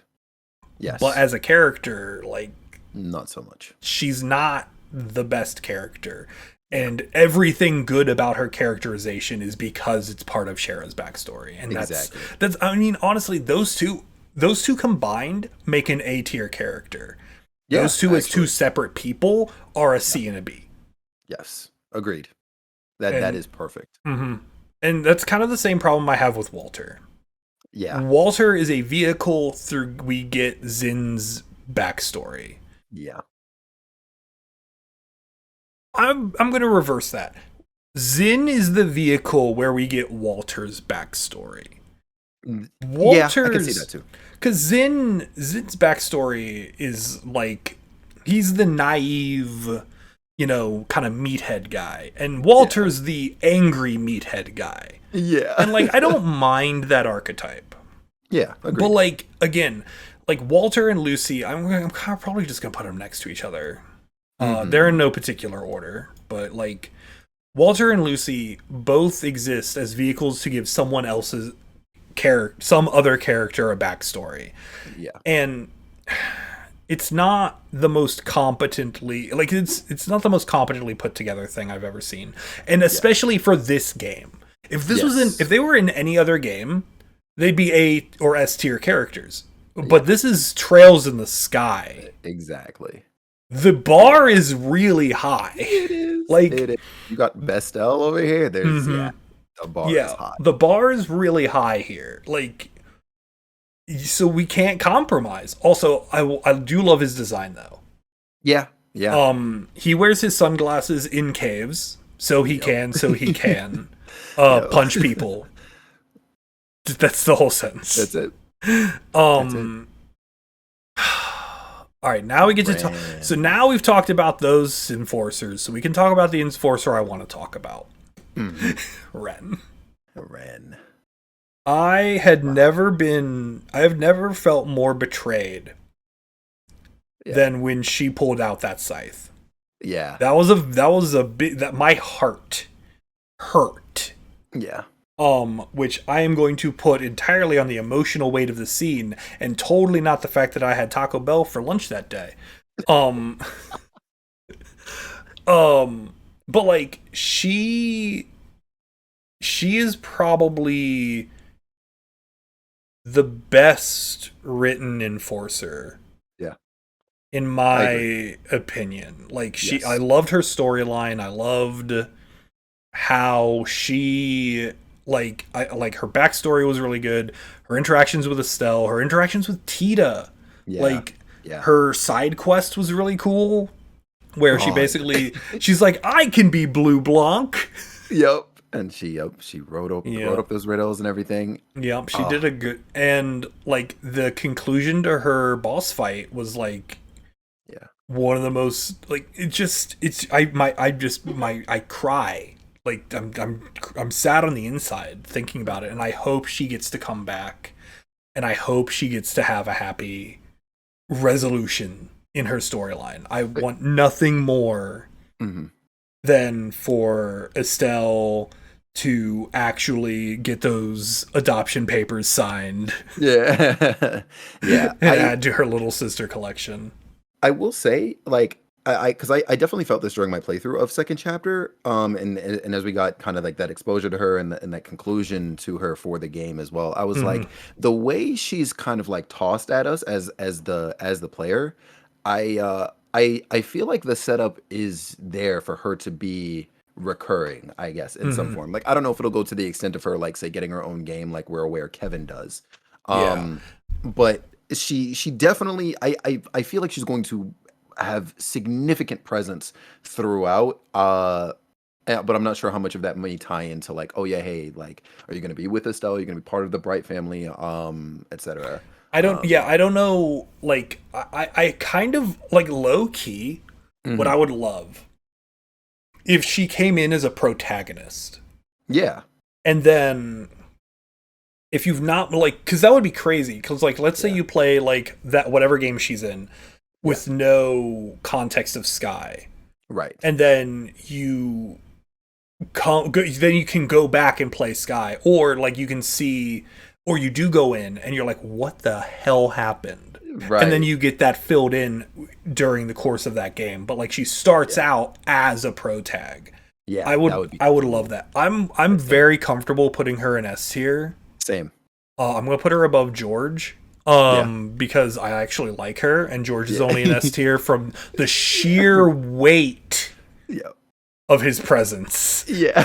He weighs down the S tier. Yep. Yeah, no, I'm But ready for that. I love her. He also holds it up. Speaking of great characters, Hey, yo. Mr. Lawrence. Lawrence is okay, so you know how Josh is basically the dude who saw the Sasuke Uchiha t-shirt at the Hot Topic, and he's like, this is me now. Yeah. So Love walked into that Hot Topic like 5 minutes later, and he saw the Tokyo Ghoul t-shirt. And he did the exact same thing. Yeah, he did. He watched the anime, and he's like, yeah, this is me. Didn't read the manga, because, again, hi, what's up? It's your boy. Read the Tokyo Ghoul manga. If you've watched the anime, it's better in all ways. Just hot take. It's not a hot take. It's just true. That's facts. It's just true. The manga's really good. Okay, the manga's really good for edgy Shonen Jump trash. And I use the word trash in the most endearing way possible, because I love me some Shonen Jump trash. Yeah. That is my entire jam. Yeah. And my Jimmies, they're very jammed right now with that. I don't know anyone named Jimmy, but I'm sure they have jam. I mean, I have jam probably in my fridge. I can name a cat Jimmy temporarily. Make this joke has gotten away from me. Let's talk about Love. Yes. He has a great through line. Yes. A good chunk of it, like he benefits very greatly from having a close relationship with Josh. Yes. He very, very heavily benefits from that, because that gives him screen time. But then second chapter, we see him working on his own a lot. Yeah. Which was kind of wild, because like he just shows up in the middle of like Agate and General Morgan's conversation at the grave with Tita's there, and he just shows up with flowers. He's like, I'm just here to do some flowers, man. And then at that point, I'm like, huh? Yeah. What? But What? Right. Um, like he gets to have his big damn hero moment at the very end of the game, which I was a big fan of. I'm very upset that he died. Likewise. Like I know that's kind of how they had to. Like, there's no other resolution to his plot. Like, there's no other resolution to his storyline. Like, you can't do it. Because you can't just give him a redeem. You can't get. He can't just vibe with the main cast now. Yeah. Like, he's done too much. He's gone too deep. Yeah. But like, he's kind of great. He is. Like that he is. He. I feel like once Josh beat him, he kind of turned around a little too quick for me. Agreed there. But yeah, like, in like he had way too. Yeah, but he had a lot. Like, obviously, like as Lieutenant Lawrence, he had a lot of narrative weight. He was as himself, he was going around having a lot of narrative weight. He was basically just like clowning on people all over the dang country. Yeah. And he was awesome. I kind of want to put him in high A, like basically top of the A tier, because he's not quite S tier for me. Agreed. Again, like mostly because his big redemption moment is like very sudden, and then also short on top of that too, right? Like it's it's a couple of minutes. But like he just spends so much of the game clowning on the party, and I appreciate that about him. He's a great guy. We're gonna actually reverse the order of these because you can't talk about Amalthea before you talk about Mr. Alan Richard, the man with two first names. I like him. Yeah. Alan Richard's a great guy. He was a great villain in the first game. Yes. He was very charismatic, had a good presence. And then he got a full redemption arc in the second game. And then he 4v1'd the Enforcers. Also very true. Just like he 4v1'd everyone but Love. And I'm like, okay. Yeah, all right, like go off. You got it. Yeah. Like he had some interactions with Cassius. The way he defused the situation with Amalthea in second chapter, I think was really good. I thought it was good too. It was a good play. Yeah, I kind of want to slap him like high to mid A, like probably like here-ish. Yeah. You know what? Actually, I can see that. I can see that. Like, do you have any other opinions? Like, because I thought it was good, but like honestly, now I'm looking at it, like it's kind of not that as great. Yeah, like I almost want to put him down here with like Carna. That's fair too. Because like he's not Sieg. He's not Sieg. Look, this bird's outplaying everyone right now. All right, the bird is power. Good. The bird is filled with power. A tier's getting a little crowded. True. Richard for me, I had a weird thing where I almost felt like I was sort of being forced to feel sorry for him at some point. I forget exactly when that was for me. It was probably early second chapter when it's like when it becomes obvious he was manipulated and like Georg did his mental nonsense. Yeah, but like a lot, but he didn't do a lot of it. Like Alan, that is true. Alan was 99 in his own faculties. Exactly.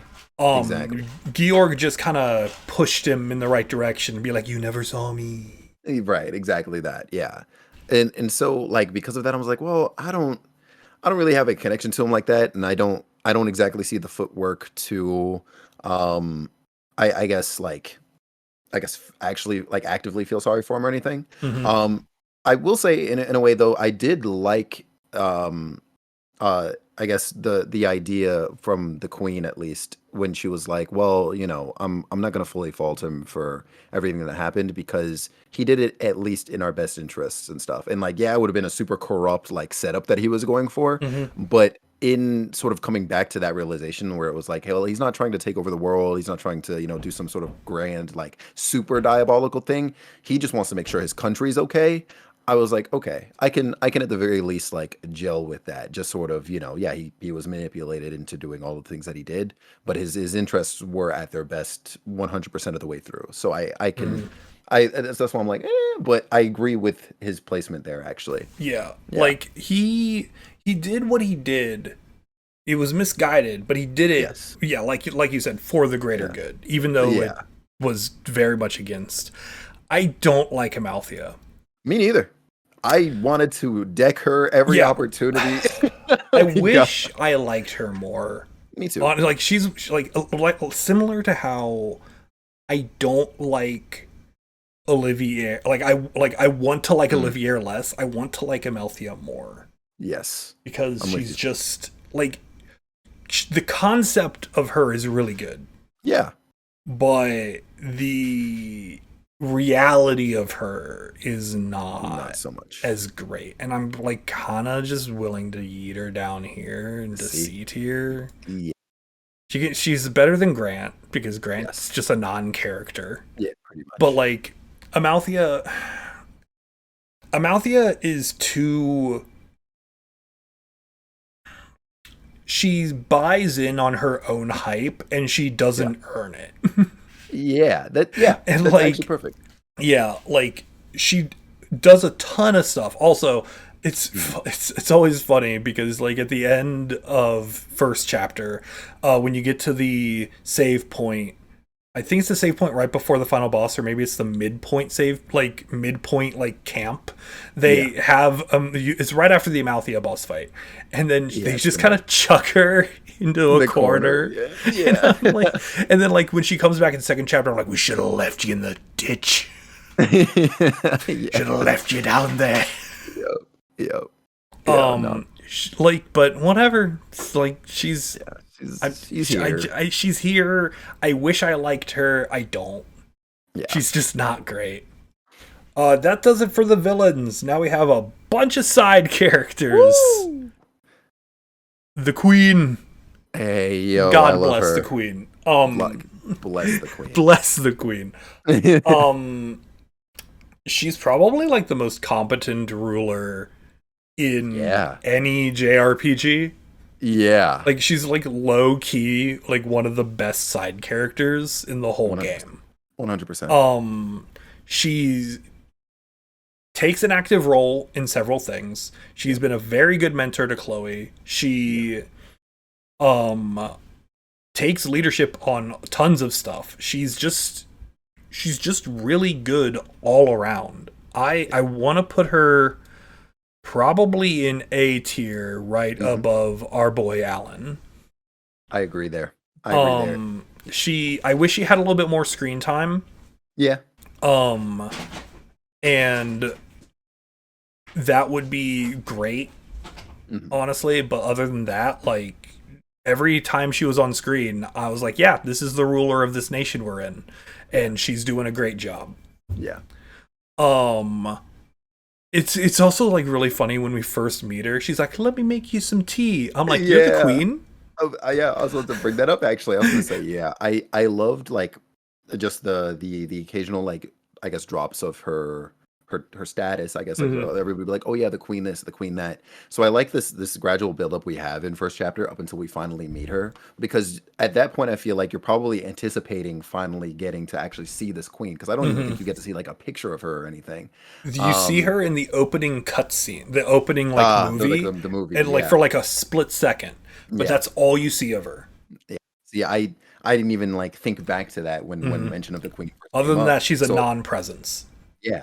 And so when you finally get to see her, it's like I got this weird sense of like relief almost, where I was like, okay, this is the moment we finally get to see what's up with the queen and everything. And then you meet her and it's just great from there. And it's like, wow. Like, yeah, I did not expect what we ended up with. And I'm just like, I'm glad for it. I was very pleasantly surprised. Yeah. Who I was not... You know what? We're going to skip around a little bit because I want to keep on theming. Let's talk about Dunnan. Duke Dunnan. Oh my god. Um, he Wow. steps up in the final hour. We'll give him that. He does. Oh, we'll give him that he steps up in the final hour, but he spends the rest of both games being just literally the worst. Just actually actively the worst. Yeah. Like, and he steps up at the last moment, but like he only because he had to, practically.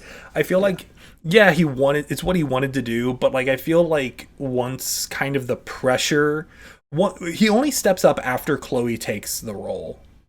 Right, exactly. He stops being insufferable only once Chloe's taken the yes, I am the next in line. Exactly. And I feel like maybe that's why he was so insufferable, because like we can argue that the pressure of the crown caused that, but also it probably wasn't the cause of him being insufferable. No. But I think the relief of knowing it's now out of his range, he doesn't have to try. Exactly. I feel like his being insufferable was him trying to be a king. Yeah. And I get that. Because he no longer had that, I guess, option. Yeah, option. Like, he didn't have that weight on him. Like, he was like, all right, whatever. I'm just going to do what I can or do what I want at this point. And, and like, Philip, like, definitely said it. He's like, he stepped up and he's doing it not because he feels like he needs to. He doesn't need to do anything anymore. Yeah. But, like, I would probably put him in low B. Maybe over here. Like, is he better than Walter? Ooh, this is the real cutoff. Like, because if I put him in C, he's going like right next to Amalthea. Yeah, I think putting him there makes more sense because I don't think he's better than Walter. Yeah, I'll agree with that. I'm gonna agree with that assessment. While we're on the royals, the last of them. My boy Philip. No, the one and only. The butleriest butler who ever buttled. There we go. I got there in the end.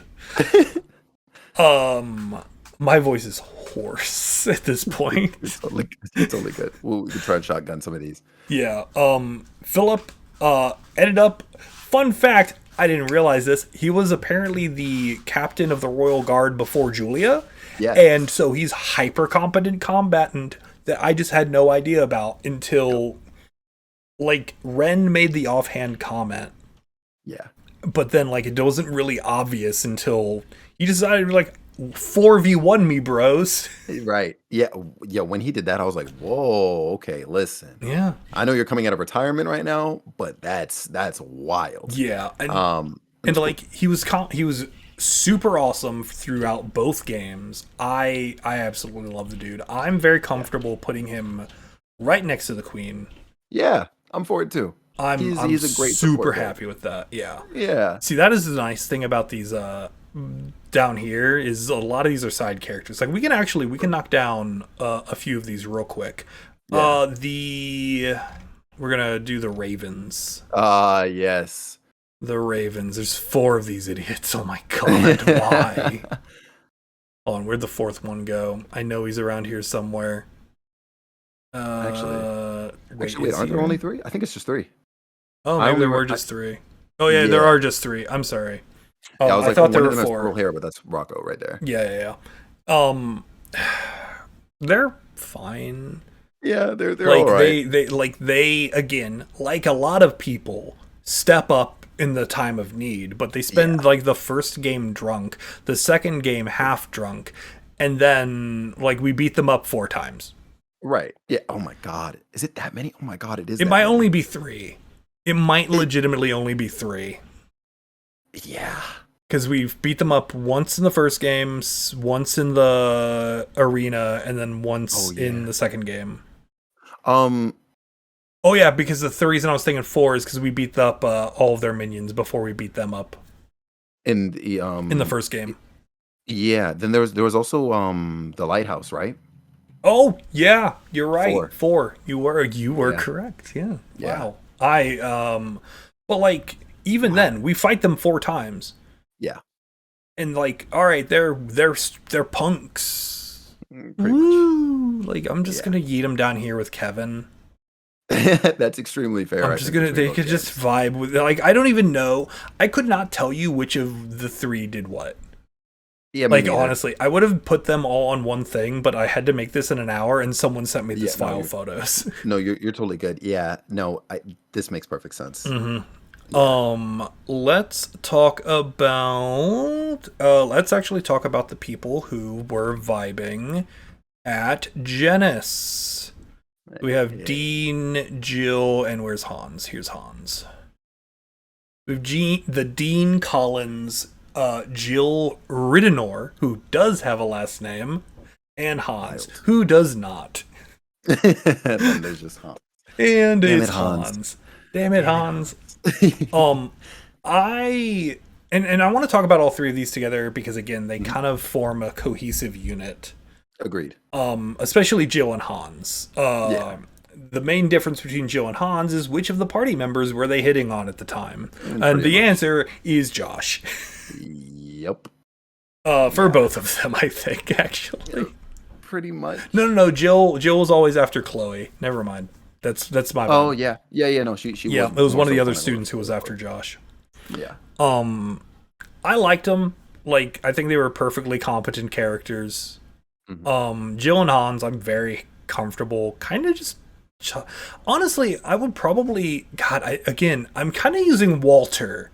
Walter's kind of like my wall. Oh, yeah, like, are they better than Walter? Yeah, I'm like, are they better than Walter? Like, I definitely think they're better than the Duke. No, they're not even better than the Duke. Honestly, I think I'm going to put them... right I think I'm going to slap them right here. In that order, too. Yeah, because Jill... Actually, between Jill and the Dean, what do you think? The Dean is actually really interesting because we get a little bit more with him. He interacts directly with Gilbert during the siege.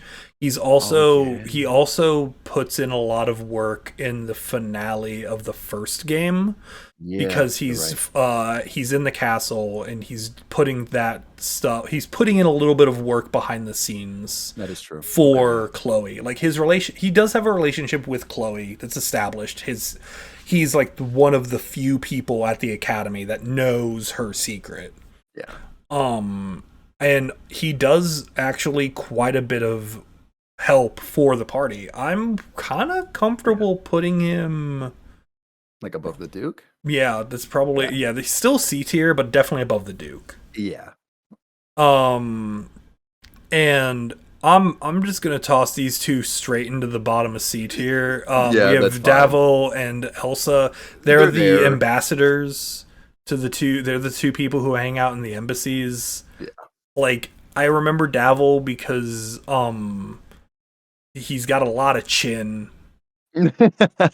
My man's got a lot of chin. I like actually Elsa and him did have a really good interaction. If for whatever asinine reason you decided to go inside the ticket counter at Gransel Airport when you first get there, like I did on accident, those 2 have a shouting match in the middle of the building for no reason. I didn't know that. Yeah. What? Oh, it's like a whole 5-minute dialogue of them arguing. No, I do remember that actually. Yeah. Because then they end up asking about it afterwards. And I remember. And I'm like, I didn't even remember. Like, I was like, oh, look, a building, and I'm like, oh, I guess I'm going into this building now. And then oh, look, a cutscene. And then like they were cool, but like Kevin's cooler. yeah, I agree with that. And then who else is like really easy to just kind of throw up into C tier? Like we got Gustav. Gustav. Actually, I like Gustav. Gustav's way better than Kevin.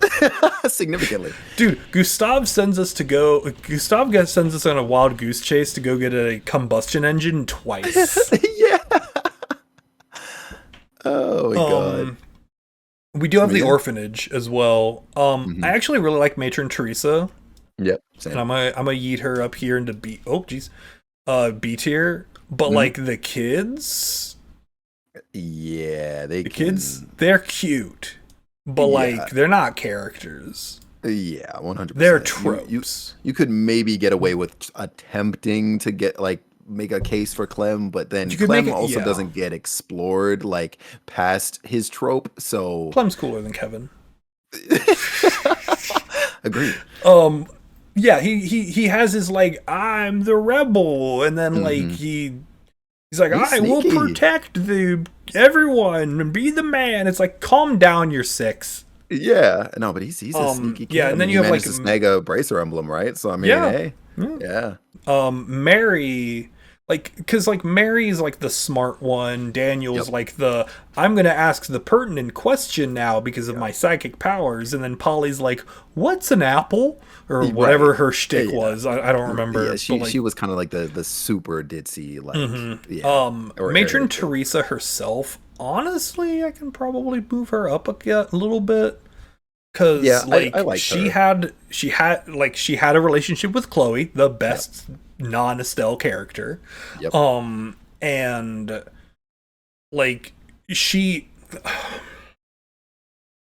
I understand that they rebuilt the orphanage exactly the same in the second game, because then they could just reuse the assets. Like, I understand that from a mechanical perspective, but lady, you can build a house different. Like, it was not like, I get it, but like, come on.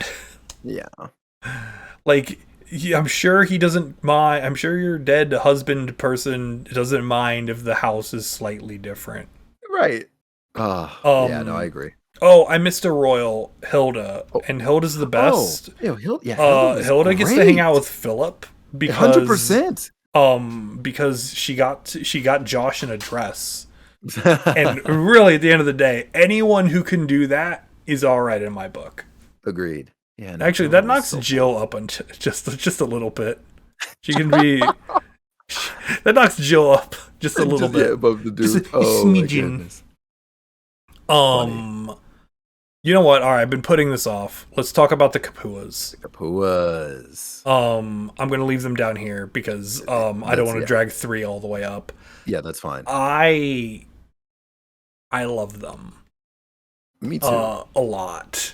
Yeah.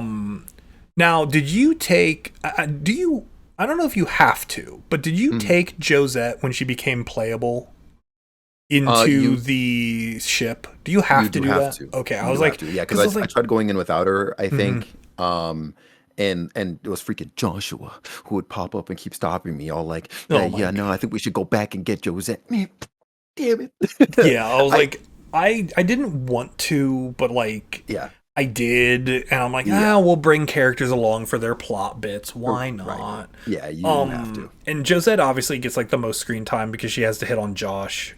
And again, she is a mirror for Estelle, and that really does put her pretty high in my books. Yeah, I think that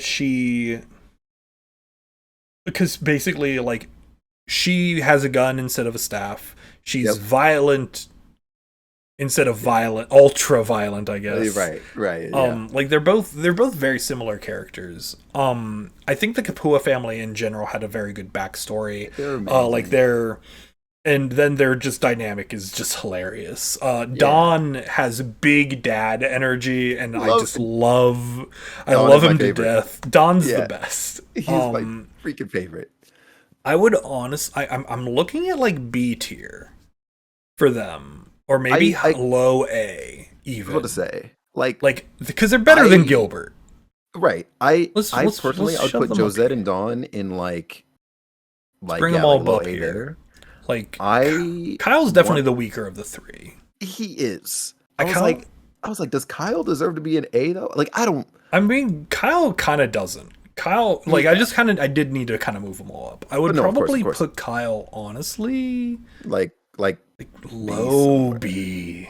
Yeah. Is he better than Walter? Oh, yo. Such a good question. I kind of know. Actually a solid question. Oh, no. Dude, Kyle's getting yeeted down these ladders. It's unfortunate, but yeah, no, Kyle, like... Kyle's just, he's there. Yeah. Like, he's like, I care about my sister. Yeah. All right. And he tries to mediator between the two of them when Yeah, Josette kind of gets heated or whatever. basically. Yeah. He's Josette's heat sink. Yeah, literally. Yeah, Yeah. he's otherwise a He's very got lukewarm grenades. character. Grenades are cool. I Yeah, guess. like if he but actually but uses Josette them also has effectively. grenades. Yeah, that is also true too. Like- Yeah, like- and she actually uses them effectively. Yeah. Like yeah, not so much with him. She's a playable character, and that makes her better in all ways. Yeah. I don't have a particular order for Josette versus Dawn. Mm-hmm. Yeah, Like they're they're interchangeable. both, yeah. We'll probably put Dawn on front, I would say. Yeah. All right, we've got a few. Hold on, let's get Murdoch out of the way. Okay. Yeah, We're just gonna yeet him somewhere. Somewhere in C. In C. I don't care. He Yeah. existed. He had like some dialogue. He's like, He's- "Damn you, Dr. Wiley." Literally. Dr. Yeah, Wiley was kind of great though, so he can hang out with Walter. Yeah, let's go. Actually, no, he's way better Russell than is- Walter. I was gonna say, No, hold yeah. on. Actually, yeah, I would say he's definitely better than the receptionist. hold on. We're gonna make gonna move Walter up? Walter's gatekeeping from now on. He's gatekeeping the B tier. That being said, actually, I think I would say Walter over Luciola. Because Luciola is I will agree with a that. contributor for one character, and then Walter is for two, right? So Yeah. Yeah. No, I'm 100% willing to agree with that. So Walter, all right. Well, Lucy, I'm sorry that does knock you down to the C tier because let's we go. have we have Walter, the gatekeeper of the B tier. The canon can't be changed. Oh man, I'm gonna move him above the Fool. Ooh, Dr. okay. Wiley's moving up in the world. I love Yeah. Dr. Wiley. He's I've so referred to good. him exclusively as such Nice. because it works. Well, because that's actually the whole thing. Because Dr. Murdoch or Chief Murdoch is literally just the Dr. Light character, and then you have Dr. Yes. Wiley. Except Dr. Wiley isn't insanely evil. He's just Right. insane. Yeah, He'd be evil if he had less time on his hands. pretty much. With Russell, I'm kind of mad at myself for saying Dr. Wiley second because the second I saw him, I was like, "Is that Heihachi?" Like, I was like, "Is that Heihachi?" Like, what is this? And then I Sure, was like, man. "Oh wait, no, duh, Wiley." Yeah, I'm like, I'm sorry, what? Yeah. Oh no, I loved him. He's just the best doddering old crazy mad scientist. He is cool. He's so cool. What a dude. General Morgan. Ooh. This is actually kind of hard because Yeah. General Morgan actually has a lot of character development. Hold on, we're just gonna Yeah. yeet Mayor Klaus like somewhere up here. He doesn't matter. Yeah. The mayor from from Rollins. Roland. Yeah. Yeah. I had to remind you, he belongs in C tier. Oh God, yeah. Actually, he's gonna hang out down he's here low- with the yeah, orphans. with the kids, actually, because he's not. He's present. vibing with, like he has his scenes at the beginning of first chapter Of where course. he gets clowned on by Josette, but that's it. Yep. That's literally That's it. Yeah. Everybody's surprised to see him in Grand, so they're like, "Wait, you're here?" And he was like, "Yeah, I was invited too. Crazy, huh?" Yeah, it's like, hey, I'm a real mayor. It turns out. Yo, what a meme. Literally. General Morgan. Yes. I. He is tricky because He it's like he gets a lot of character development. yeah, He goes from hating the Bracer Guild to being okay like with them. I guess. he actually at the end he has deep respect for Estelle. Yeah, I don't that know is about the true. rest of the Bracer Guild, but at least Estelle. Yeah, that is true. I'm- Yeah, he takes her seriously. I'm willing to put him up in B tier with maybe Russell. Yeah, Like yeah, I could see that. Like I'm very willing to keep him. I'm actually going to put him right next to above, Mueller. above Russell. Yeah, Like probably below. Yeah, definitely below Mueller. Muller's kind of B tier. Kind of has a couple like gatekeepers in my brain. Like Mueller and Walter are like. These are two walls. If you can get past these walls, then you must defeat Gilbert to get to A. And like, it's harder than it looks. yeah. No, I'm with you on these walls actually. All right. Oh, we've got some cool characters at the bottom of this pile. Sid. I I don't think it's ever gonna happen. But to this day, I'm waiting for the day that Sid reveals that he's some sort of evil mastermind. Honestly, because he just gives me that vibe. He just gives me that. He gives me that vibe too. Yeah. Um, I keep waiting for it. I'm like, this is where you're going to reveal your big plan, and then he doesn't, and I'm like, oh. He was a super bro. Mm-hmm. I'm like looking like right there. Hold on, we're looking in this range for Sid, but like he was a super bro in first chapter. He had a cool fight in second chapter. He had that side quest where we got to beat him up. And that was fun. He's actively present as well in second chapter. That is true. But is he cooler than Walter? It's never not going to be funny. Yeah. I don't think he's definitely better than Kyle. Yeah. Is he better than Lucy?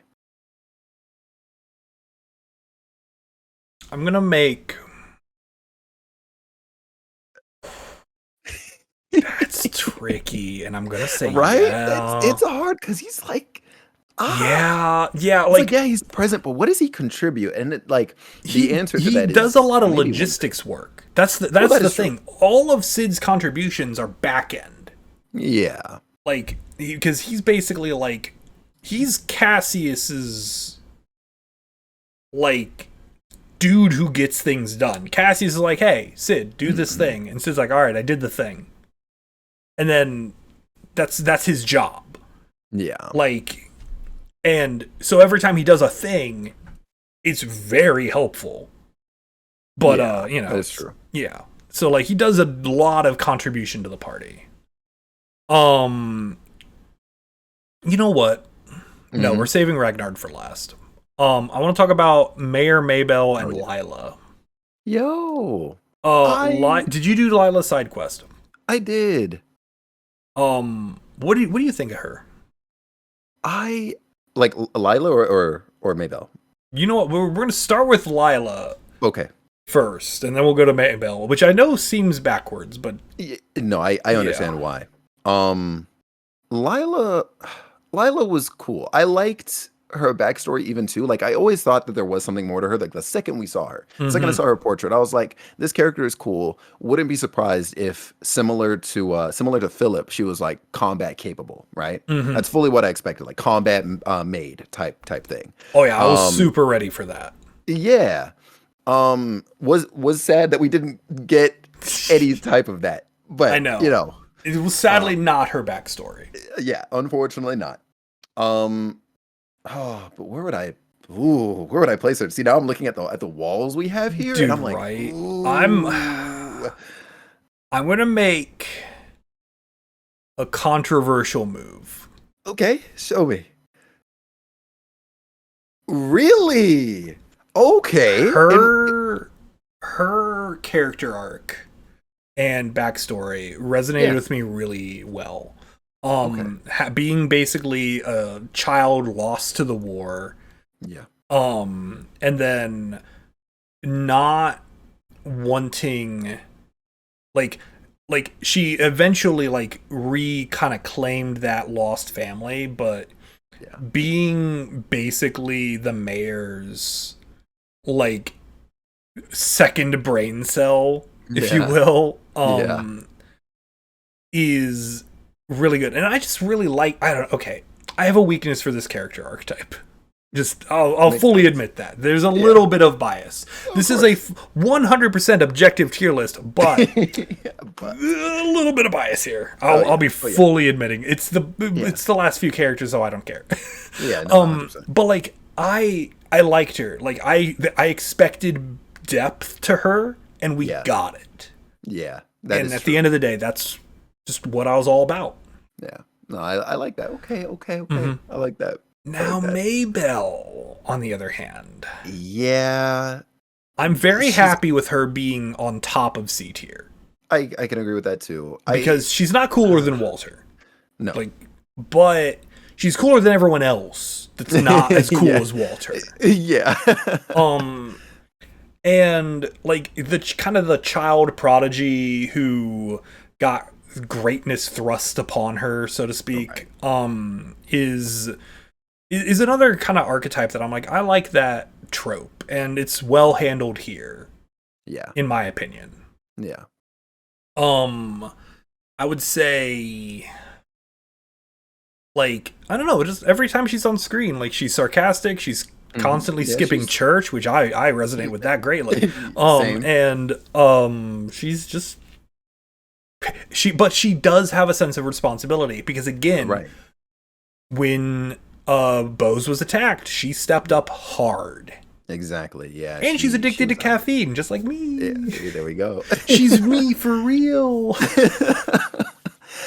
Oh yeah, I like Maybelle too. I like what story beats she does have. I feel like parts of her are definitely like untapped. You know, like they're given to us in giant or larger droves of oh my god, what's the word? Exposition. Exposition. There we go. Yeah, It's okay. Large. We've been walls recording for over 4 hours. This was yeah. way longer than I was expecting this to be. Yeah, right. I'm so sorry. No. You're totally good. I'm happy to be here. Yeah. No. I do wish that we got more of her story, or those elements that we did learn of her story given to us in other ways rather than just word of mouth. You know, even if they were to show us one of those flashbacks for her, you know, when we were just getting like the still images, like even that I think would have been more effective in selling her character to us. Lila getting like flashback stills kind of caught me off guard because I'm like, yo, it makes me feel like she was originally planned to have more involvement. Right. Yeah. Because like just having like, because not like hell, we have main characters that didn't get that. Exactly. And like, wow. Right. Like, because imagine a world where she was playable. We'd be living. We'd be thriving. We would be living. All right, we have 3 left, and 2 of them are kind of a set. So I'm going to talk about them first. Yeah. Niall Burns, Mr. Burns. I remember the first time he was referred to as Mr. Burns. I was like, who the hell's Mr. Burns? Yeah. Like, I'm like, is he going to block the sun? What? And then someone's like, Niall. I'm like, oh, I get it. I understand. Yeah. I love these 2. They're like, there's no non-guild character that works harder than them. No. They're the hardest working civilians in the entire country. Yeah. Hands down. Easily. Dorothy's also secretly my favorite. Yeah, I get Don't tell literally everyone else in A to S tier, but she's like secretly my favorite. Yeah. They get a ton of screen time. Like, I'm really comfortable. More than I thought. Like, kind of... I kind of want to put them together. I was about to say above Carna for sure. Yeah. I'm almost willing to do this. Richard, what do you think? You're in agreement? I'm in agreement. Yeah, them above Richard for sure. Yeah. I think Hilda's kind of the brick wall for them, though. Mm-hmm. Hilda's definitely the brick wall. Yeah, Hilda's so cool. Yeah. And now we're here. It's the last character, thank God.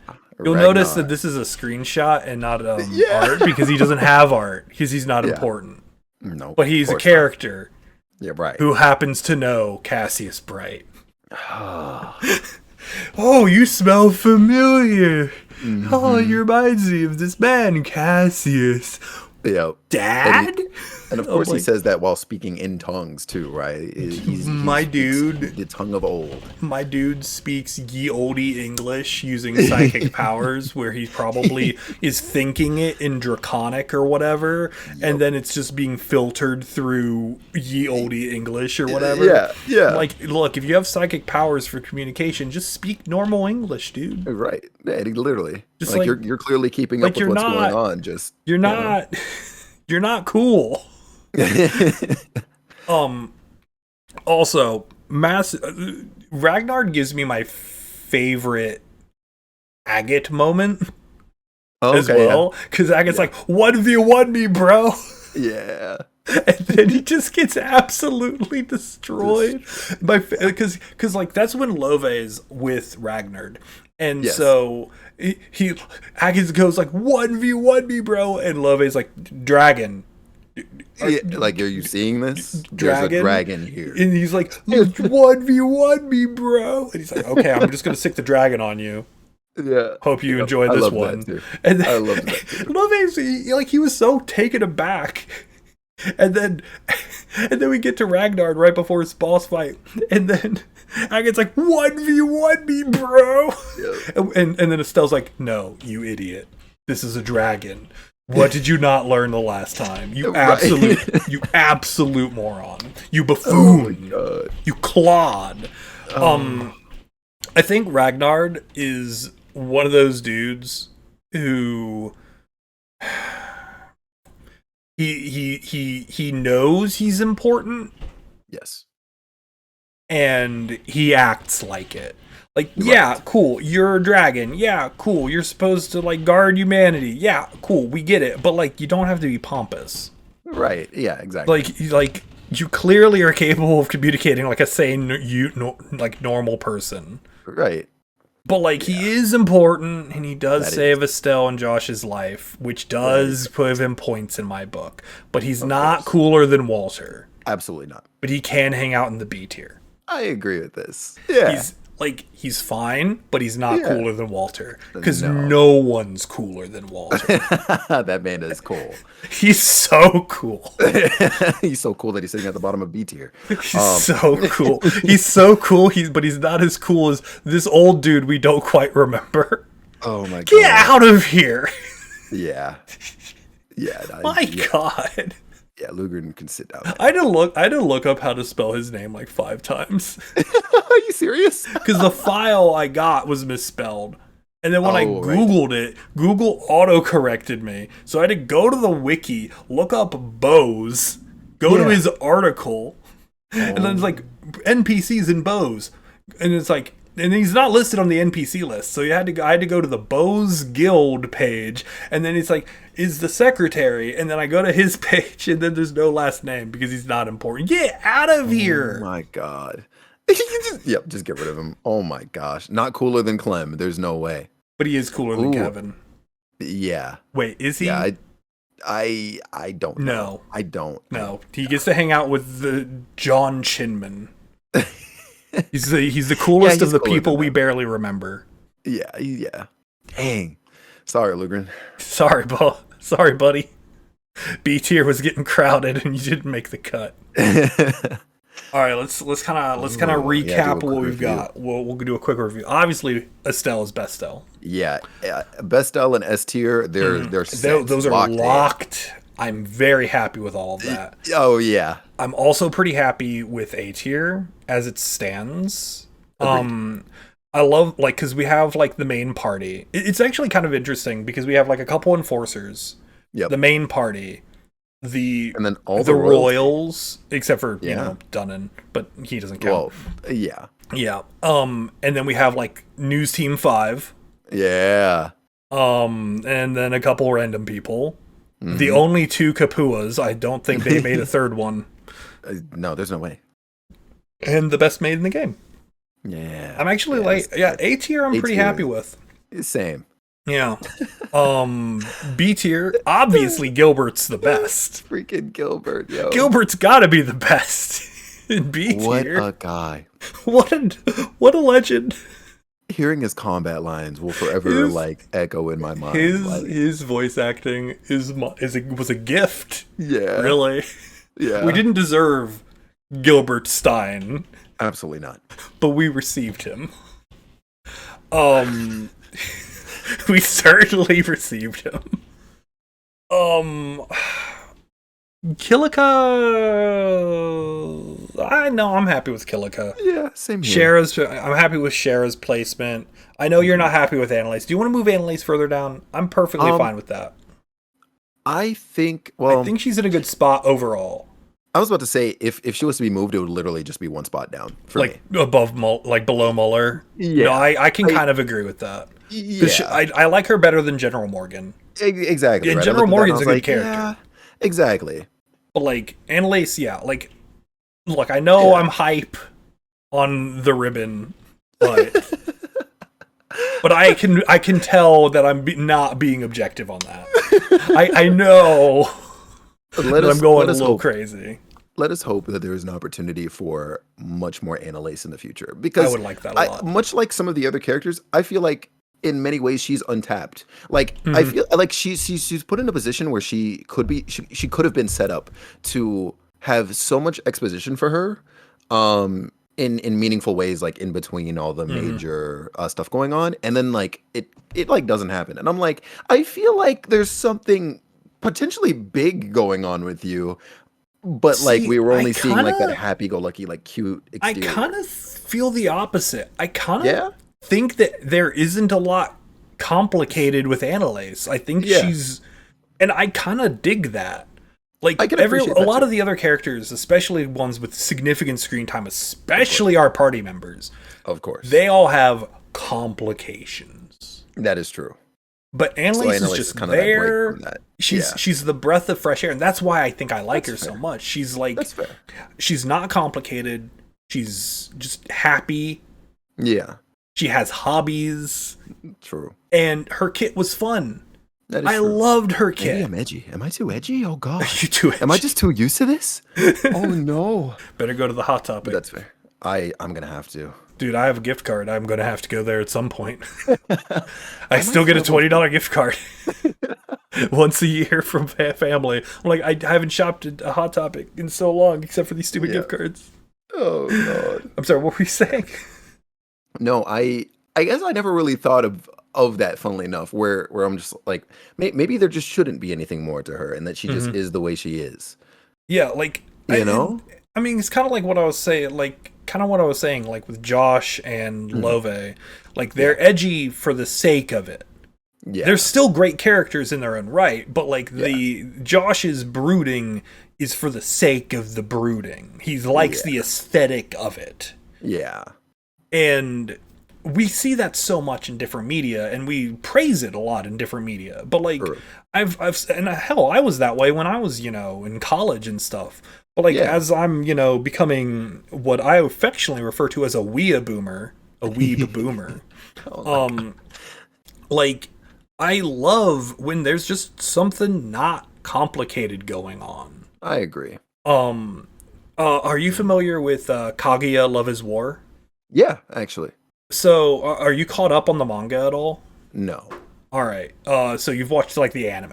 Pretty much, yeah. Okay. So like, so the anime and where they are in the anime, like so far it's been pretty happy. There's been like a couple like hints, like the Kaguya's family's pretty bad. Yeah. And season 4, when it comes out, is going to be at the arc where they start exploring that in more depth. Oh, and okay. I'm gonna be 100%. I would have been fine if they didn't, because they're doing it to add like a bit of darkness to the story, and I'm like, I just don't want that. Yeah, you don't need that. Like I don't need it. Like, it's good. Like I'm like it's good. It's not like it's bad. I'm a straight up, like, because like Kaguya is good. Yeah, it's great. Yeah. Absolutely tier 1, but like, we could have done without this. That's fair. And I feel like so much of the time we're looking for darkness for the sake of it, and I'm like, nah, just give me more Analace. Just give me. I'll take a liter of Analace. That's fair. Okay. Yeah. No. Her. Ooh. And I'm a fan. See, now you see. Now you see. Now I'm getting it. Oh no. Does she need to move up? Oh, maybe. What do you think? All right, I'm gonna make a move. Tell me if you agree. Okay. No one's better than Gilbert. Nobody better than Gilbert. No one is better than Gilbert. Cool. Everything above everything above B tier is invalid, because no one's better than Gilbert. Yeah. He can't be beat. That's why he's in the B tier. B. For can't be beaten by Gilbert. Yeah, exactly. Yeah, no, I like that. Mm-hmm. Yeah, no. Analace, I appreciate her. And like, honestly, like, Walter, like, okay, Walter kind of deserves to be at the bottom of B tier, but like, agreed. he was another kind of he's another kind of like lodestone in this list. Yes. Where everyone above Walter is cooler than Walter, but no one's cooler than Walter. Right, exactly. Like if you're not cooler than Walter, you're nobody, and that's kind of what C tier is. That's what's C tier is kind. This is kind of like the non-character tier. Yes, down here. Like Mayor Maybell and Sid are probably like the exception to that. Like we could probably legitimately move them up into B tier. Yeah. And then that makes C tier essentially entirely non-characters. Yeah. Which having a party member in that list is not good. Agreed. But what are you going to do about it? Yeah. Like Kevin just does not get anything. Yeah, not in first or obviously not first, but not in second chapter. Which sucks for him. Yeah. Like obviously third chapter we're gonna get a lot more Kevin. Oh, you're gonna get a lot so more much Kevin. Yeah, and that's fine. Kevin. Yeah, and it's the Kevin show featuring whatever the name of the chick who's also on the box art cover. I look forward to that. I can't wait to see your reactions to some of the things that get brought. I'm looking forward to it, dude. Yeah, I'm looking forward to it. It's wow. Yeah, just wow. And then obviously we have the Cassius tier, which is Cassius and Kurt, the two worst characters. And let's not even look at them because we're gonna end this on a positive note. Yeah, look at Estelle, the sun, Estelle, the bright sun, that lights both the hearts of the characters in this game and our lives. We were both blessed to have these moments with her. We don't deserve her. We don't. No one does. But we were granted the reprieve in our terrible existences to glance upon the glory of Estelle Bright. Yeah. All right. Closing remarks.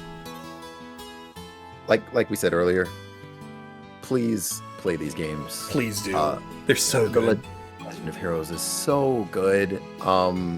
I'm happy we got to get together and like. I'm really happy that we spent the last 4.5 hours talking about. I was like, oh yeah, this is going to take like 2 hours, whatever. I can make dinner afterwards. It has been double the length of time. My wife is being very patient. Bless her. Actually, thank you so much. You've been thanked. Thank you. She's over there crocheting and giving me a patient look. Yeah. Oh, one of those. I understand. Yeah. Thank you, Felix. Felix, where can obviously there will be links in the doobly-doo, but where can people find you? Twitch.tv/FelixWind is where you can find me primarily. I am I would say I'm very active on Twitter. Felix_Wind if you're looking for me there. And then I've got various other socials, but those two are the primary if you're looking for me at all. And then we'll feed you in through there if you're interested. Absolutely. And then obviously if you're here, hi, what's up? Maybe subscribe, like the video, comment about what's wrong with this list, but everything that you disagree with this list is incorrect, because this is the 100% facts and logic only, truly objective tier list of this game, and there's nothing you can do about it. So, but argue in the comments anyway. It helps. It helps the engagement. We'll see you there. We'll see you there in the comments. Fisticuffs. Let's go, dude. Thank you so much, and we will see everyone else next time. Yeah, maybe for third chapter. Ooh. All right. Yeah, there we go. See ya.